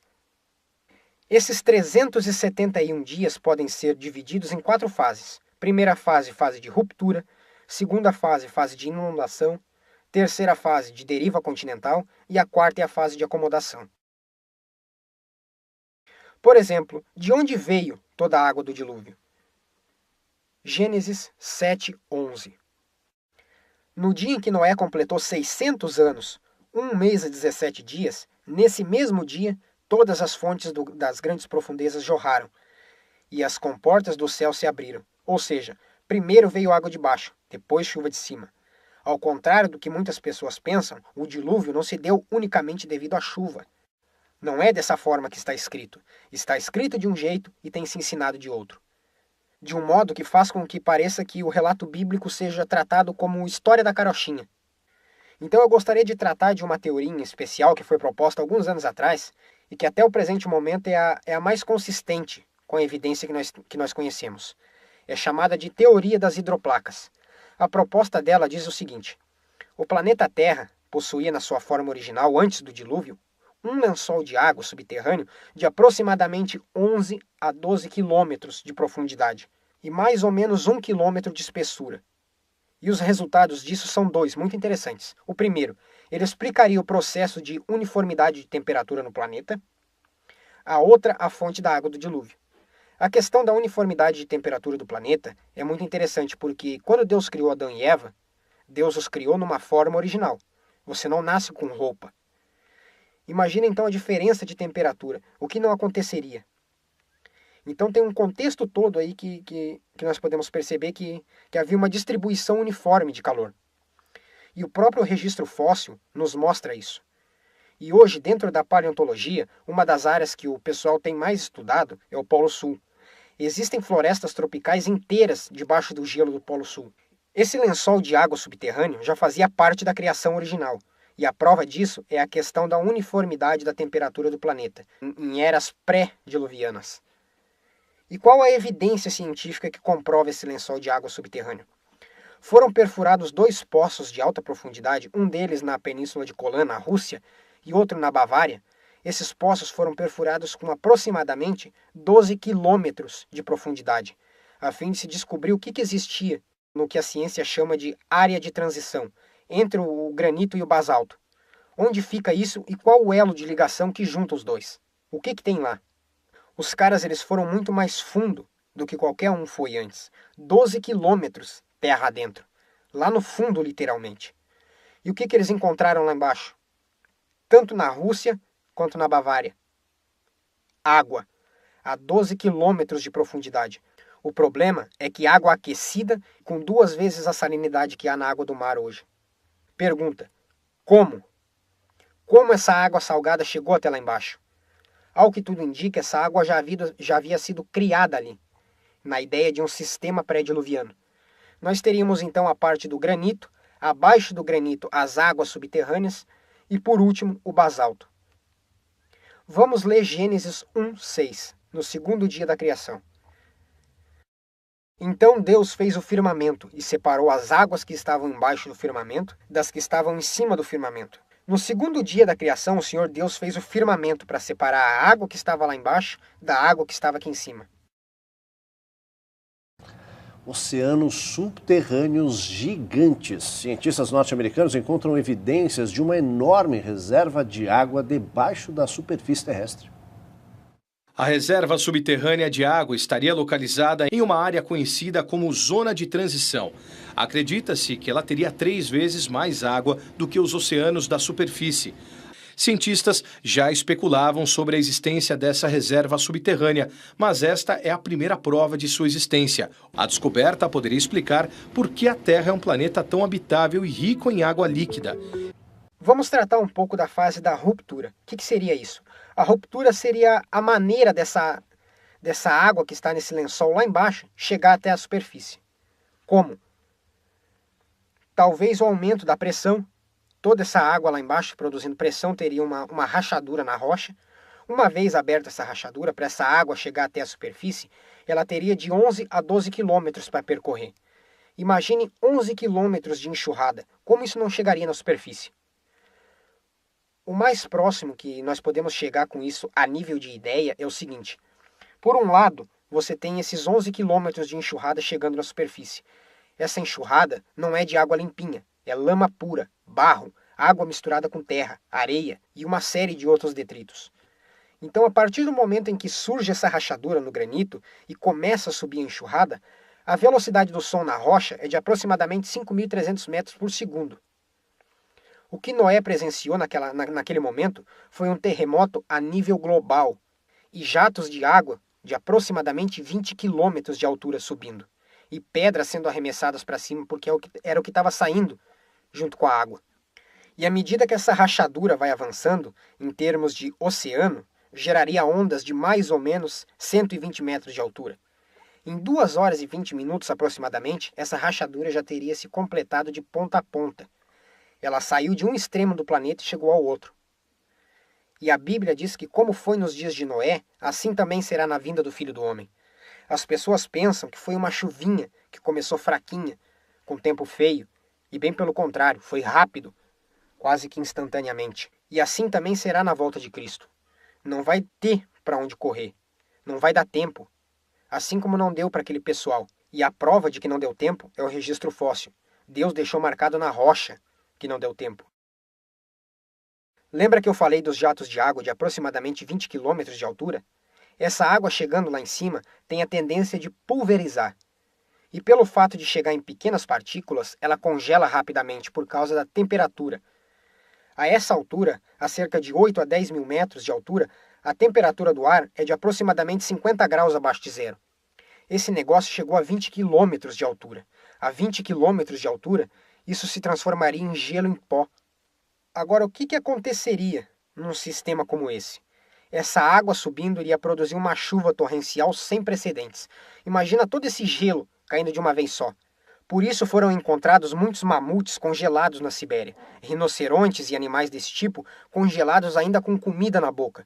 Então, só recapitulando, a inundação se deu devido a essa pressão dessa água que estava por baixo, entre o granito e o basalto, agora totalmente liberada, produziu a maior inundação que esse planeta já viu. E ela teria tomado conta do planeta em menos de 40 dias, porque à medida que a água que está embaixo está subindo, todo esse megacontinente agora está afundando. Se tomarmos, por exemplo, as cadeias de montanhas mais altas que nós temos no planeta e traçarmos uma linha reta, longitudinalmente, ela se estabiliza a mais ou menos 2,5 km acima do nível do mar. A pergunta agora é, para onde foi toda essa água? Como a ciência explica isso? Partindo da evidência que nós temos de que no início o planeta Terra era composto de um único continente, após haver essa ruptura que desencadeou o dilúvio em si, houve a separação dos continentes para a forma que nós conhecemos hoje. Esses continentes, uma vez mais compactos, à medida que a água fosse escoando, ficaria mais alto, devido à flutuabilidade, como é o caso das ilhas. A ideia por trás dessa teoria é basicamente essa, bem simples por sinal. E só para deixar bem claro, não fui eu quem desenvolveu essa teoria. Não fui eu que inventei ela a partir do nada. Essa teoria ela foi desenvolvida e trabalhada pelo Dr. Walter Brown. Ele desenvolveu e trabalhou em cima dela. Ele é o criador da teoria das hidroplacas. Ele não é religioso, nem acreditava na Bíblia. Ele é um cientista que trabalhava com evidências, não com religião. Ele não estava tentando provar a Bíblia, mas as evidências que ele encontrou explicam exatamente o fato que a Bíblia descreve. Quais as outras evidências encontradas que levam a isso? Nós temos, por exemplo, diversos fósseis de baleias encontrados no meio do deserto do Saara. Pergunta: como esse fóssil foi parar lá? Nós temos as marcas de erosão nas rochas no Egito. E não somente isso, mas um dilúvio nessas proporções, a nível global, teria produzido estratigrafia, camadas diferentes de terra, que é o que nós temos hoje. Se você cavar o suficiente nos fundos da sua casa, vai passar por diferentes camadas de terra. E isso não é encontrado somente na superfície. Nós encontramos isso no fundo dos oceanos, nas cadeias de montanhas e em tudo quanto é lugar. E até mesmo o registro fóssil, como eu já falei, é uma prova irrefutável do dilúvio global de Gênesis. A quantidade de fósseis encontrados no dia de hoje é uma prova da dimensão e da proporção que isso teve. Uma equipe da Universidade de Cornell, nos Estados Unidos, que se reuniu com o Dr. Walter Brown, eles fizeram um experimento muito interessante. Eles pegaram 2 galões de água e interligaram esses 2 galões. Num galão, eles colocaram água e no outro tipos diferentes de solo, e fez com que isso fosse exposto a um movimento parecido com o de uma balança. A ideia era simular o que teria acontecido durante o dilúvio, expondo o solo a maré alta e maré baixa, por um período de 330 dias. Essa foi a proposta. O resultado? Estratigrafia, a mesma formação de camadas que nós vemos hoje, que compõem o nosso solo, inclusive na mesma ordem. E não satisfeito, ele foi além. Ele pegou grupos diferentes de animais mortos, mamíferos, anfíbios, aves, répteis, animais de tamanhos diferentes, pesos diferentes, misturados em um tanque gigante com água e lama. Produziu um processo de compressão, descompressão, compressão, descompressão. Resultado: no fundo do tanque ficaram os anfíbios, mais acima os répteis, na parte superior mamíferos e aves. Ele constatou que o posicionamento de animais dentro dessa montoeira de lama e lodo era referente à densidade do animal e não ao peso do animal. A explicação sobre como foram formados os fósseis no processo de fossilização mediante ao dilúvio. E isso é facilmente reproduzido em laboratório. Como eu já disse, todo esse trabalho que eu estou passando para vocês, não fui eu quem criou. Ele foi desenvolvido por uma equipe de cientistas que, quando começou, eles eram ateus. Eles não tinham a Bíblia como referência de nada. Eles tinham apenas evidências aí fora para estudar. Eles olharam e constataram: deve ter acontecido isso por causa disso, isso aconteceu. E foram olhando essa sequência de evidências e de acontecimentos e formaram tudo isso que eu passei aqui para vocês. Até que alguém falou: opa, peraí, isso aqui está cheirando a Bíblia. Isso aqui parece até o dilúvio de Gênesis. Aí se deu a conversão do Dr. Walter Brown. Quando ele pegou para comparar aquele negócio que ele tinha estudado, descoberto e constatado, ele viu que a ideia não era original. Já tinha um livro que falava a respeito disso. Ele apenas seguiu as evidências para ver o que tinha acontecido. Seguiu um caminho diferente, mas que levou ao mesmo lugar. Vamos tratar agora sobre a construção da arca. Vamos ver o que o texto bíblico nos fala a respeito dessa construção, porque ele nos dá muita informação, basta observar os detalhes. Gênesis capítulo 6, verso 14. Você, porém, fará uma arca de madeira de cipreste, divida-a em compartimentos e revista-a de pinche por dentro e por fora. Faça-a com 135 metros de comprimento, 22 metros e meio de largura e 13 metros e meio de altura. Faça um teto com um vão de 45 centímetros entre o teto e o corpo da arca. Coloque uma porta lateral na arca e faça um andar superior, um médio e um inferior. Nessa tradução, você já tem a conversão das medidas de côvados para metros. Em outras versões, nós encontramos as medidas da arca de 300 côvados de comprimento, 50 côvados de largura e 30 côvados de altura. Então, para entendermos melhor, essa é uma réplica do que teria sido a arca. É como se fosse um tipo de caixa. As pessoas dizem, mas ela tinha que ter uma espécie de bico ou coisa parecida. Não necessariamente, porque o alvo de Noé nunca foi navegar. O alvo de Noé era flutuar. Sabemos que essa arca tinha 3 pisos, um superior, um médio e um inferior. Dentro desses pisos haviam compartimentos, justamente para comportar os animais. Então, por meio desses pequenos detalhes, nós temos uma ideia da dinâmica do que estava acontecendo. E outro fator interessante é que a arca deveria ter uma estrutura que aguentasse toda essa violência das águas do dilúvio. Logo depois dos primeiros 40 dias, aí sim teria o período de inundação, e a arca estaria praticamente só flutuando. Ou seja, uma estrutura muito grande, feita de madeira, com 135 metros, isso nos leva a uma pergunta. Que tipo de madeira Noé usou? Segundo a Bíblia, a arca foi feita em madeira de cipreste. Cipreste é um tipo de madeira que tem uma característica única e interessante, que em contato com a água ela se torna mais resistente, ela não sofre processo de apodrecimento em contato com a água como os demais tipos de madeira. Então perceba os detalhes. Deus não disse para Noé pegar qualquer tipo de madeira e faça umas tábuas e construa a arca do jeito que quiser, não. Ele dá o tipo de madeira. Ele diz que você vai usar esse tipo de madeira. Tanto é que em muitas versões bíblicas, talvez seja o caso da sua, no lugar da palavra cipreste, nós temos o termo em hebraico goper, que é o nome hebraico para esse tipo de madeira. Nós temos também a questão da impermeabilização da arca. Nas versões bíblicas mais atuais, nós temos a palavra betume, como sendo o agente usado por Noé para a impermeabilização da arca. Já nas mais antigas, nós temos o termo hebraico kofer, que é uma planta extremamente conhecida no Oriente Médio. E até mesmo aqui no Hemisfério Sul, só que com outro nome. Aqui nós conhecemos como rena, muito popularizada por uma das suas características, que é utilizada para fazer tatuagens, por causa da questão da pigmentação. E outro aspecto interessante é que essa rena tem sido utilizada desde a antiguidade pelas características medicinais que ela possui. É um poderoso agente contra bactérias e micróbios, de forma geral. Era o que precisaria para manter uma arca inteiramente higienizada por um período tão longo de tempo. E não somente isso, ela exala um aroma extremamente agradável, além de possuir uma capacidade altíssima de impermeabilização. Então nós temos um tipo de madeira e de impermeabilização cientificamente correto. Vamos tratar um pouco mais da arca de forma geral, até pela questão do tempo, para eu não me estender demais. A arca, o propósito principal dela era apenas flutuação e não navegação.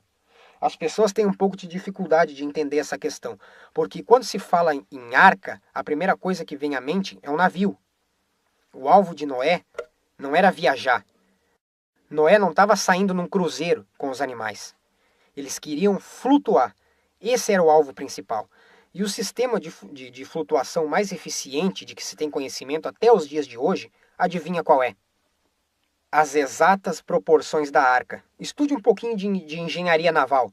Todo objeto grande como esse de flutuação possui o que eles chamam de eixo de rotação, que faz com que ela gire tanto para a direita quanto para a esquerda, tanto para cima quanto para baixo. Pelas medidas e proporções da arca citados na Bíblia, é possível fazer cálculos e definir quanto, em termos de estabilidade, ela poderia tombar para a direção que seja, sem que desestabilizasse. Então é possível fazer um cálculo matemático baseado nessa estrutura para saber o quanto ela poderia tombar. Lateralmente, a arca poderia chegar até 60 graus de inclinação e ainda assim, sem dificuldade, ela voltaria ao normal, mesmo com todo o peso dentro dela. A estabilidade e a flutuação dela é espetacular. Não é à toa que foi dada pelo Senhor Deus a Noé. E quem melhor do que ele para saber, dada a sua perfeição perante o universo? No sentido de subir e descer, ela poderia chegar até 75 graus, que ainda assim ela não cairia do outro lado. Eu não sei se vocês têm noção, mas os navios que nós temos hoje, que são feitos em outras proporções, chegam no máximo a 30 graus. Passando disso, afunda. Então nós temos cálculos matemáticos e evidências científicas que comprovam a flutuabilidade e a estabilidade dessa mega estrutura da arca. E isso é reproduzível em laboratório. Ah, mas como assim? Pegue essas medidas exatas, da forma como a Bíblia descreve, todas as suas proporções, de forma específica. 300 côvados de comprimento, 50 côvados de largura e 30 côvados de altura. E transfira isso para milímetros. 300 milímetros, 50 milímetros, 30 milímetros. Pegue essa arca em miniatura e largue dentro do mar e observe como ela é estável. Fique observando, eu duvido ela virar, porque essas proporções são perfeitas para flutuar. O Senhor Deus é perfeito em tudo aquilo que faz. Muitas pessoas também questionam o seguinte: para fazer um barco, uma arca assim, nessas proporções, há necessidade de tecnologia. Para elucidar isso, basta estudar um pouquinho as genealogias. Isso é uma coisa que a Bíblia menciona não por acaso, só para dar mais volume em termos de folhas. Se nós observarmos a genealogia bíblica, nós sabemos que 2 gerações antes de Noé existia um cidadão chamado Tubal-Caim, que era artífice de todo um instrumento de ferro e bronze. Ou seja, 2 gerações antes de Noé já havia mineração, siderurgia, metalurgia. Já havia sim tecnologia para que pudesse ser feita uma construção da arca. Outra pergunta frequente é onde ela foi construída e onde estaria agora. Nós lemos no livro de Gênesis, capítulo 8, verso 3 e 4, o seguinte: E durante 150 dias a água foi baixando, pouco a pouco. No dia 17 do 7º mês, a arca parou na região montanhosa do Ararat. Segundo a Bíblia, a arca parou em meio a essas cadeias de montanhas no Ararat, no Oriente Médio, na antiga Mesopotâmia. E algumas coisas interessantes são encontradas nessa região do Ararat. Como essa pedra, isso não é uma pedrinha qualquer, isso tem mais de 3 metros de altura. Ela tem esse furo no meio para que fosse usada como âncora.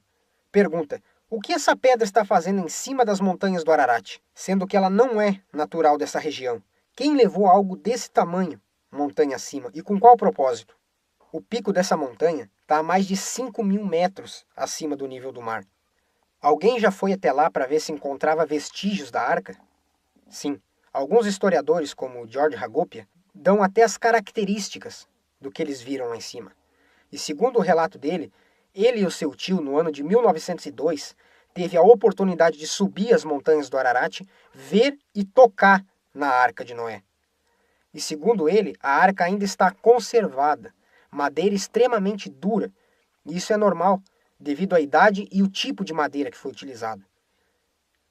E há mais 2 historiadores contemporâneos de George Hagopian que nunca se viram e dão exatamente a mesma descrição do que eles viram lá em cima. Os 3 descreveram exatamente o mesmo objeto, inclusive em questão de divisão interna. Os 3 descreveram exatamente o mesmo objeto, inclusive em questão de divisão interna e alguns outros pequenos detalhes. Posterior a eles, no ano de 1856, 3 cientistas ingleses disseram ter chegado até a Arca de Noé. Posterior a eles, no ano de 1856, 3 cientistas ingleses disseram ter chegado até a Arca de Noé. Em 1876, o Sr. James Price, outro cientista inglês, disse ter chegado até onde estava a Arca de Noé. Em 1915, durante a Primeira Guerra Mundial, um piloto russo diz ter sobrevoado a região do Ararat e diz ter visto um objeto gigantesco que parecia uma grande caixa de madeira, que não fazia parte da montanha. Em 1916, soldados turcos também relataram ter visto a mesma coisa. No ano de 1953, George Green, um geólogo, diz ter visitado e tirado inclusive fotos da Arca de Noé, mas tanto ele quanto as fotos sumiram em uma das suas expedições na América do Sul. E há vários outros, mas vamos nos ater ao relato mais recente, nos anos 2000. Uma expedição de tailandeses e chineses visitaram a arca e trouxeram muito material muito bem documentado para provar isso. Inclusive, estudos mostrando que realmente é a arca, porque as proporções estão corretas, o tipo de madeira está correto, o tipo de estrutura está correto e o tipo de impermeabilizante está correto, do jeitinho que a Bíblia descreve. Inclusive fizeram até um posicionamento de GPS para mostrar exatamente onde está. E isso foi muito pouco divulgado na mídia. Olha, acredite ou não, foram encontrados vestígios da famosa embarcação do Velho Testamento. Será que encontraram a Arca de Noé? Bom, os restos do barco estariam no Monte Ararat, na Turquia. E olha, surpreendeu o mundo. O jornal britânico Mail Online destacou na manchete: encontramos a Arca de Noé numa missão ao Monte Nevado Ararat. Foram encontrados 7 grandes compartimentos de madeira cobertos por neve e restos vulcânicos datados de 2.800 anos antes de Cristo. Um dos 15 exploradores afirmou que a equipe aposta 99,9% nos restos da Arca de Noé. Arqueólogos britânicos querem ver as evidências antes de reconhecer o achado. A famosa história da Arca está no Velho Testamento e conta a saga de Noé para construir o gigantesco barco e salvar as espécies do dilúvio que inundou a Terra durante 40 dias e 40 noites.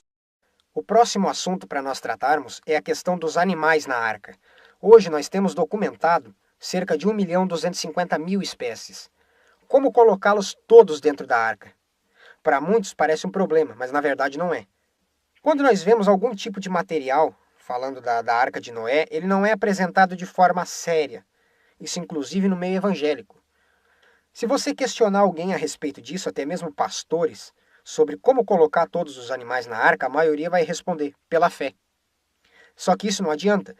Isso não é evidência. Os animais, como qualquer um de nós, está preso a esse plano e limitado a tempo e espaço. Então, pela fé, não se coloca 1.250.000 espécies de animais dentro da arca. Mas o Senhor Deus é perfeito em tudo aquilo que faz. Vamos ver um pouquinho mais a respeito disso. Para isso, nós vamos utilizar um pouquinho do que nós já aprendemos até aqui e um pouquinho do que o conhecimento científico na área da taxidermia, que é o agrupamento dos animais, a distribuição de animais, para nós entendermos um pouco do que estava acontecendo. Primeiro, vamos pensar em termos de quantidade. Na área de quantidade, algumas questões que eu gostaria de tratar com vocês e pensar um pouquinho a respeito é do espaço interno da arca. O que seria possível colocar ali dentro? Quais animais deveriam entrar na arca e como recolhê-los? Então, em termos do espaço interno da arca, nós já vimos a respeito das dimensões da arca, nós temos uma informação muito precisa a respeito da arca propriamente dita. Segundo as descrições das medidas da arca, nós temos primeiramente o volume dessa arca, cerca de 40.500 metros cúbicos. Também sabemos o tipo de material que foi utilizado. Isso, aliado às proporções, nos dá a capacidade de calcular o peso bruto desta arca. E o deslocamento. O peso bruto está relacionado com o peso da arca em si. E o deslocamento é o peso da arca mais o que estava lá dentro. Então se pega o comprimento, a largura, mais a sua altura, e o resultado disso é algo entre mais ou menos 20.000 toneladas. E isso não é uma coisa que se faz do dia para a noite. Se vê de longe que houve um planejamento. Quando nós tratamos da arca em si, nós vemos todo um planejamento, uma infraestrutura. Por exemplo, segundo a descrição da Bíblia, o Senhor Deus mandou deixar uma abertura em cima da arca de um côvado. Para quê? Iluminação e ventilação. Mas voltando às proporções da arca. Dentro desse tamanho, em termos de prédio, isso daria o equivalente a um prédio de 65 andares com apartamentos de 200 metros quadrados. Ou 3.400 jaulas de 12 metros cúbicos. Ou mais de 3.000 Corsas da GM, que praticamente o tamanho é o mesmo. Mas enfim, de forma geral, seria possível Noé transportar sem nenhum problema 120.000 animais do tamanho de uma ovelha. Tranquilamente daria para colocar toda essa bicharada lá dentro. Quando nós pensamos nesse aspecto, nós temos algumas coisas que precisam ser tratadas. Nós temos hoje cerca de 1.250.000 espécies documentadas. Como explicar isso? Como colocar, por exemplo, uma girafa dentro da arca? Sabemos que a altura dela era de 13 metros. A arca era dividida em 3 pisos. Descontando o espaço que a própria estrutura dos pisos teria, sobraria algo entre mais ou menos 3 metros de vão livre de altura entre cada piso. Qual o tamanho de uma girafa? Obviamente, uma girafa não tem só 3 metros. Esse é um dos motivos pelo qual as pessoas examinam isso e falam assim: é impossível, a arca não teria capacidade de levar esse tipo de animais. Ou até mesmo um elefante. Não cabe. Seria impossível levar esses animais. Seria possível, sim. É que nós não entendemos o mecanismo da coisa. Por exemplo, quando nós levamos os animais para cativeiro, no zoológico, eles levam um animal adulto? A resposta é não. Nós levamos filhotes. Por que Noé colocaria uma girafa adulta dentro da arca, sendo que um filhote de girafa tem aproximadamente 1,5 metro, no máximo? Não faz nem sentido levar. Seria muito mais fácil levar um filhote, até porque o filhote passa por um processo muito mais tranquilo de adaptação. Imagina você tendo que cuidar de um leão adulto ou tendo que cuidar de um filhotinho. Qual seria mais fácil? A resposta é óbvia.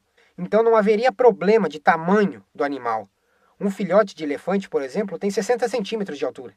Então daria sim para colocar todos esses animais dentro da arca em termos de tamanho. Não haveria nenhum problema com isso. Eu não sei por que as pessoas levantam isso como um argumento. Não é assim que se transportam animais de um local para o outro. Nunca foi. Não se leva o animal adulto, e sim filhote. Só isso aí já resolve bem essa questão dos animais em termos de tamanho. Agora, qual os animais que deveriam entrar na arca? Essa é uma pergunta que o texto bíblico nos dá seguido da resposta. A narrativa do dilúvio nos dá muitos detalhes. O Senhor Deus poderia ter colocado a narrativa em menos de um capítulo, mas ele usou o capítulo 6, o 7, o 8 e uma boa parte do 9, justamente por conta dos detalhes. Em Gênesis capítulo 6, verso 19, ele nos diz o seguinte: faça entrar na arca um casal de cada um dos seres vivos, macho e fêmea, para conservá-los vivos com você. De cada espécie de ave, de animal grande e de cada animal que se move rente ao chão. Virá um casal a você para que sejam conservados vivos.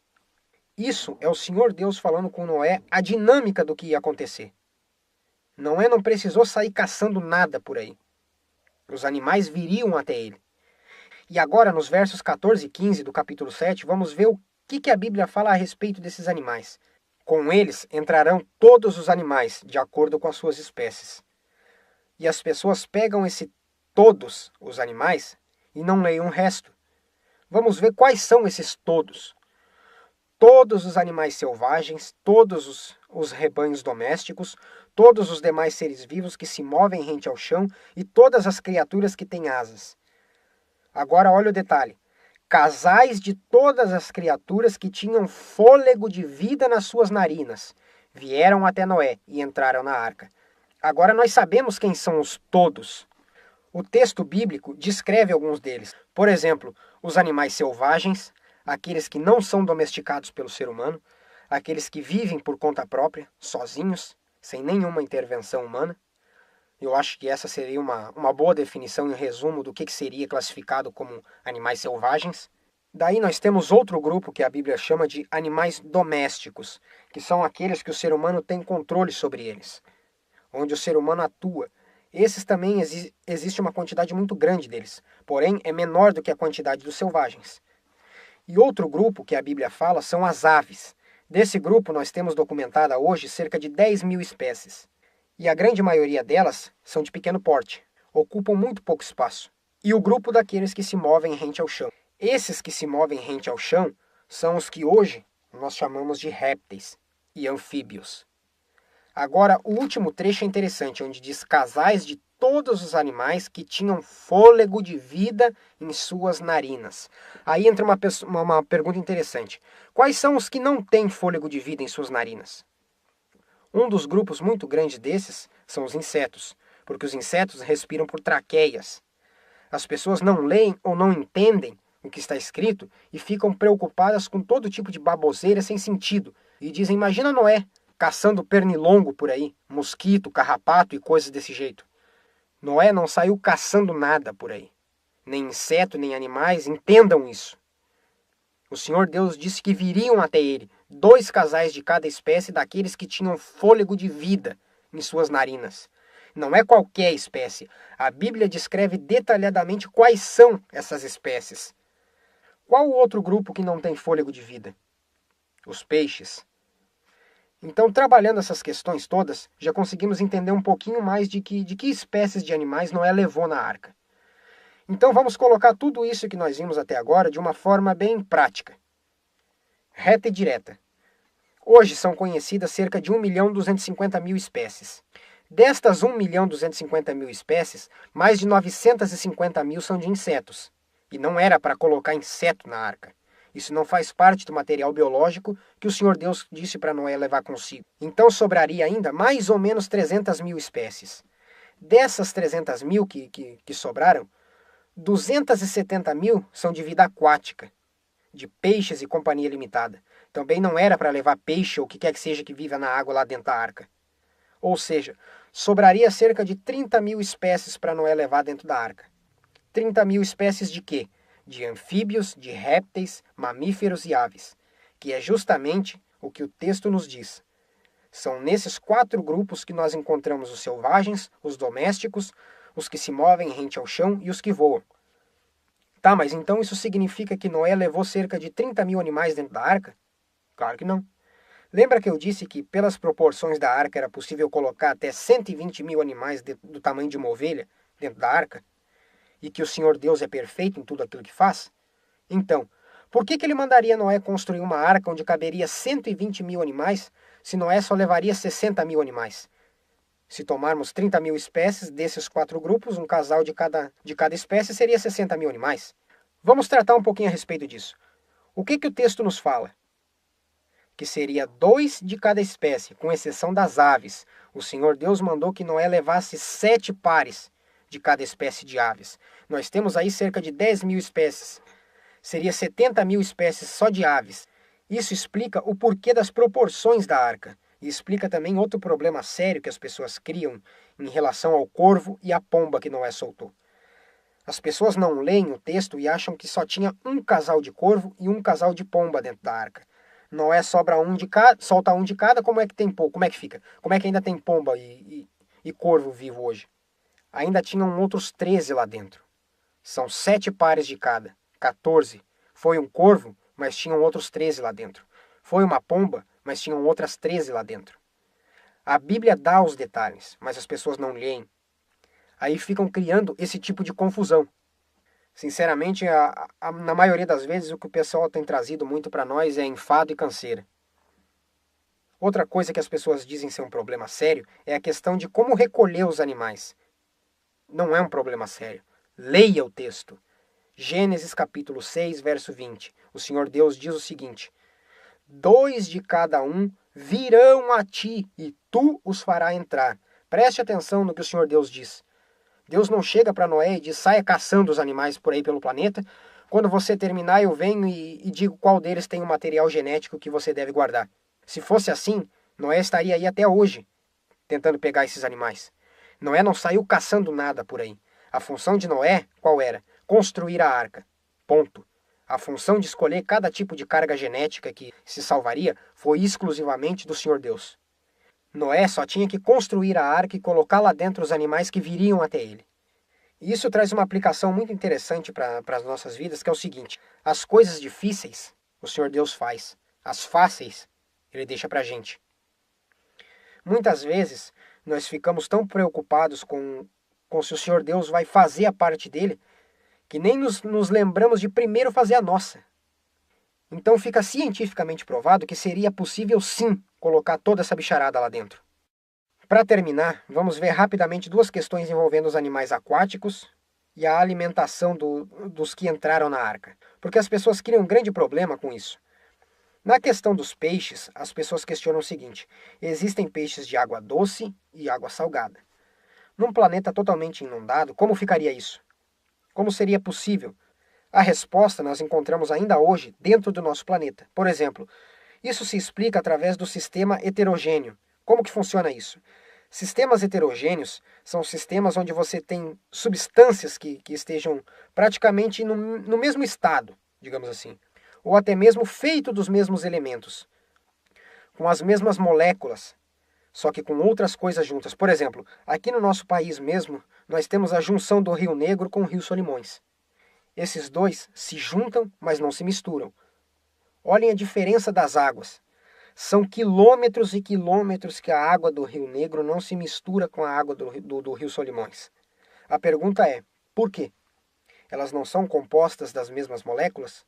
Sim, mas elas possuem sedimentos diferentes, o que faz com que haja diferença no coeficiente de absorção da luz solar, em termos de temperatura, densidade e viscosidade. E todas essas coisas fazendo com que elas não se misturem, e formam-se bolsões de água doce e água salgada. Nós vemos isso também no rio Amazonas, quando ele se encontra com o Oceano Atlântico. 70 quilômetros adentro do Oceano Atlântico você ainda encontra água doce, e peixes de água doce lá no meio. Além disso, existe uma quantidade muito grande de espécies que não tem problema nenhum de sobreviver nos 2 meios, nos 2 ecossistemas. São poucos os que têm alguma dificuldade. A maioria não tem. Então aí nós já resolvemos esse problema dos peixes. O que fazer agora com a questão da alimentação dos animais dentro da arca por um longo período de tempo? Vejamos então o livro de Gênesis, capítulo 1, verso 30. O Senhor Deus diz o seguinte: E a todos os animais da terra, e a todas as aves do céu, e a todos os répteis da terra, em que há fôlego de vida, toda a erva verde lhe será para alimento. E assim se fez. E o que eu queria passar para vocês em relação a isso é o seguinte: não há um animal que seja 100% carnívoro. Isso é totalmente desconhecido. Os grandes carnívoros de toda a dieta deles, no máximo 50% é carne.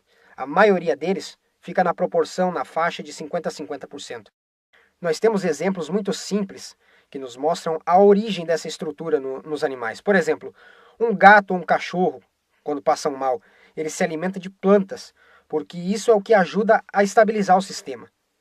Não existe um único animal que não seja também herbívoro.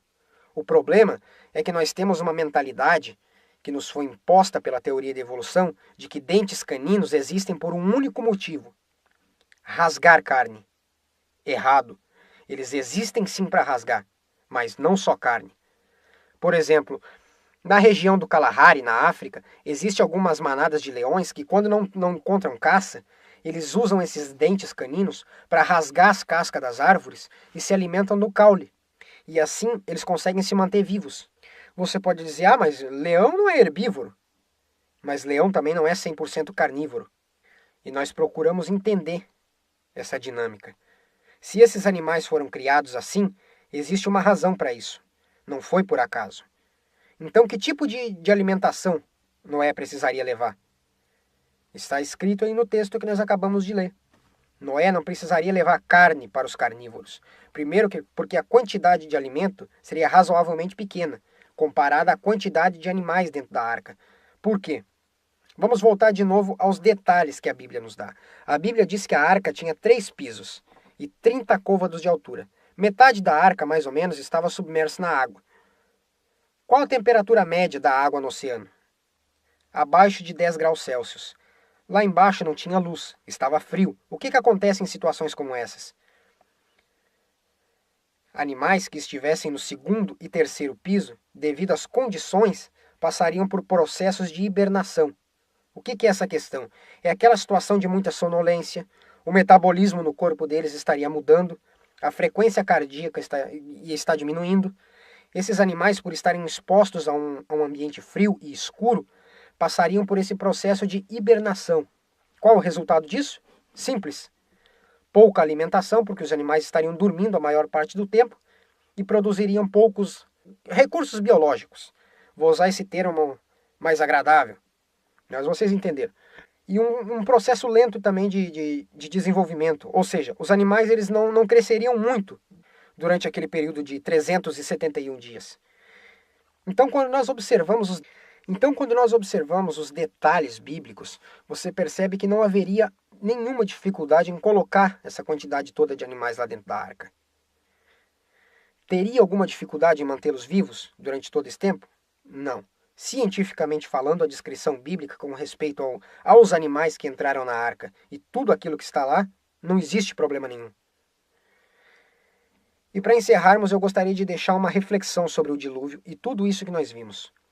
O dilúvio tem uma história para nos contar. Noé teve amigos, vizinhos, irmãos e irmãs, tios e tias. Mas eles não entraram na arca. Apenas Noé e sua família entrou. Porque ele foi o único justo que o Senhor Deus encontrou sobre a face da terra. A pergunta é, se hoje um dilúvio estivesse prestes a acontecer ou fosse proposto, você entraria na arca? Pare e pense, faça uma autoanálise. O quão preocupado com as coisas de Deus você está hoje? Se você não parece com um daqueles pré-diluvianos, andando para baixo e para cima, comprando e vendendo, casando e se dando em casamento, ou trazendo para a nossa realidade, nos dias de hoje, né? Eu tenho que entrar na faculdade, tenho que ir na festa do fulano, na festa do ciclano. Esse negócio de Deus, de santidade, é muito bonito.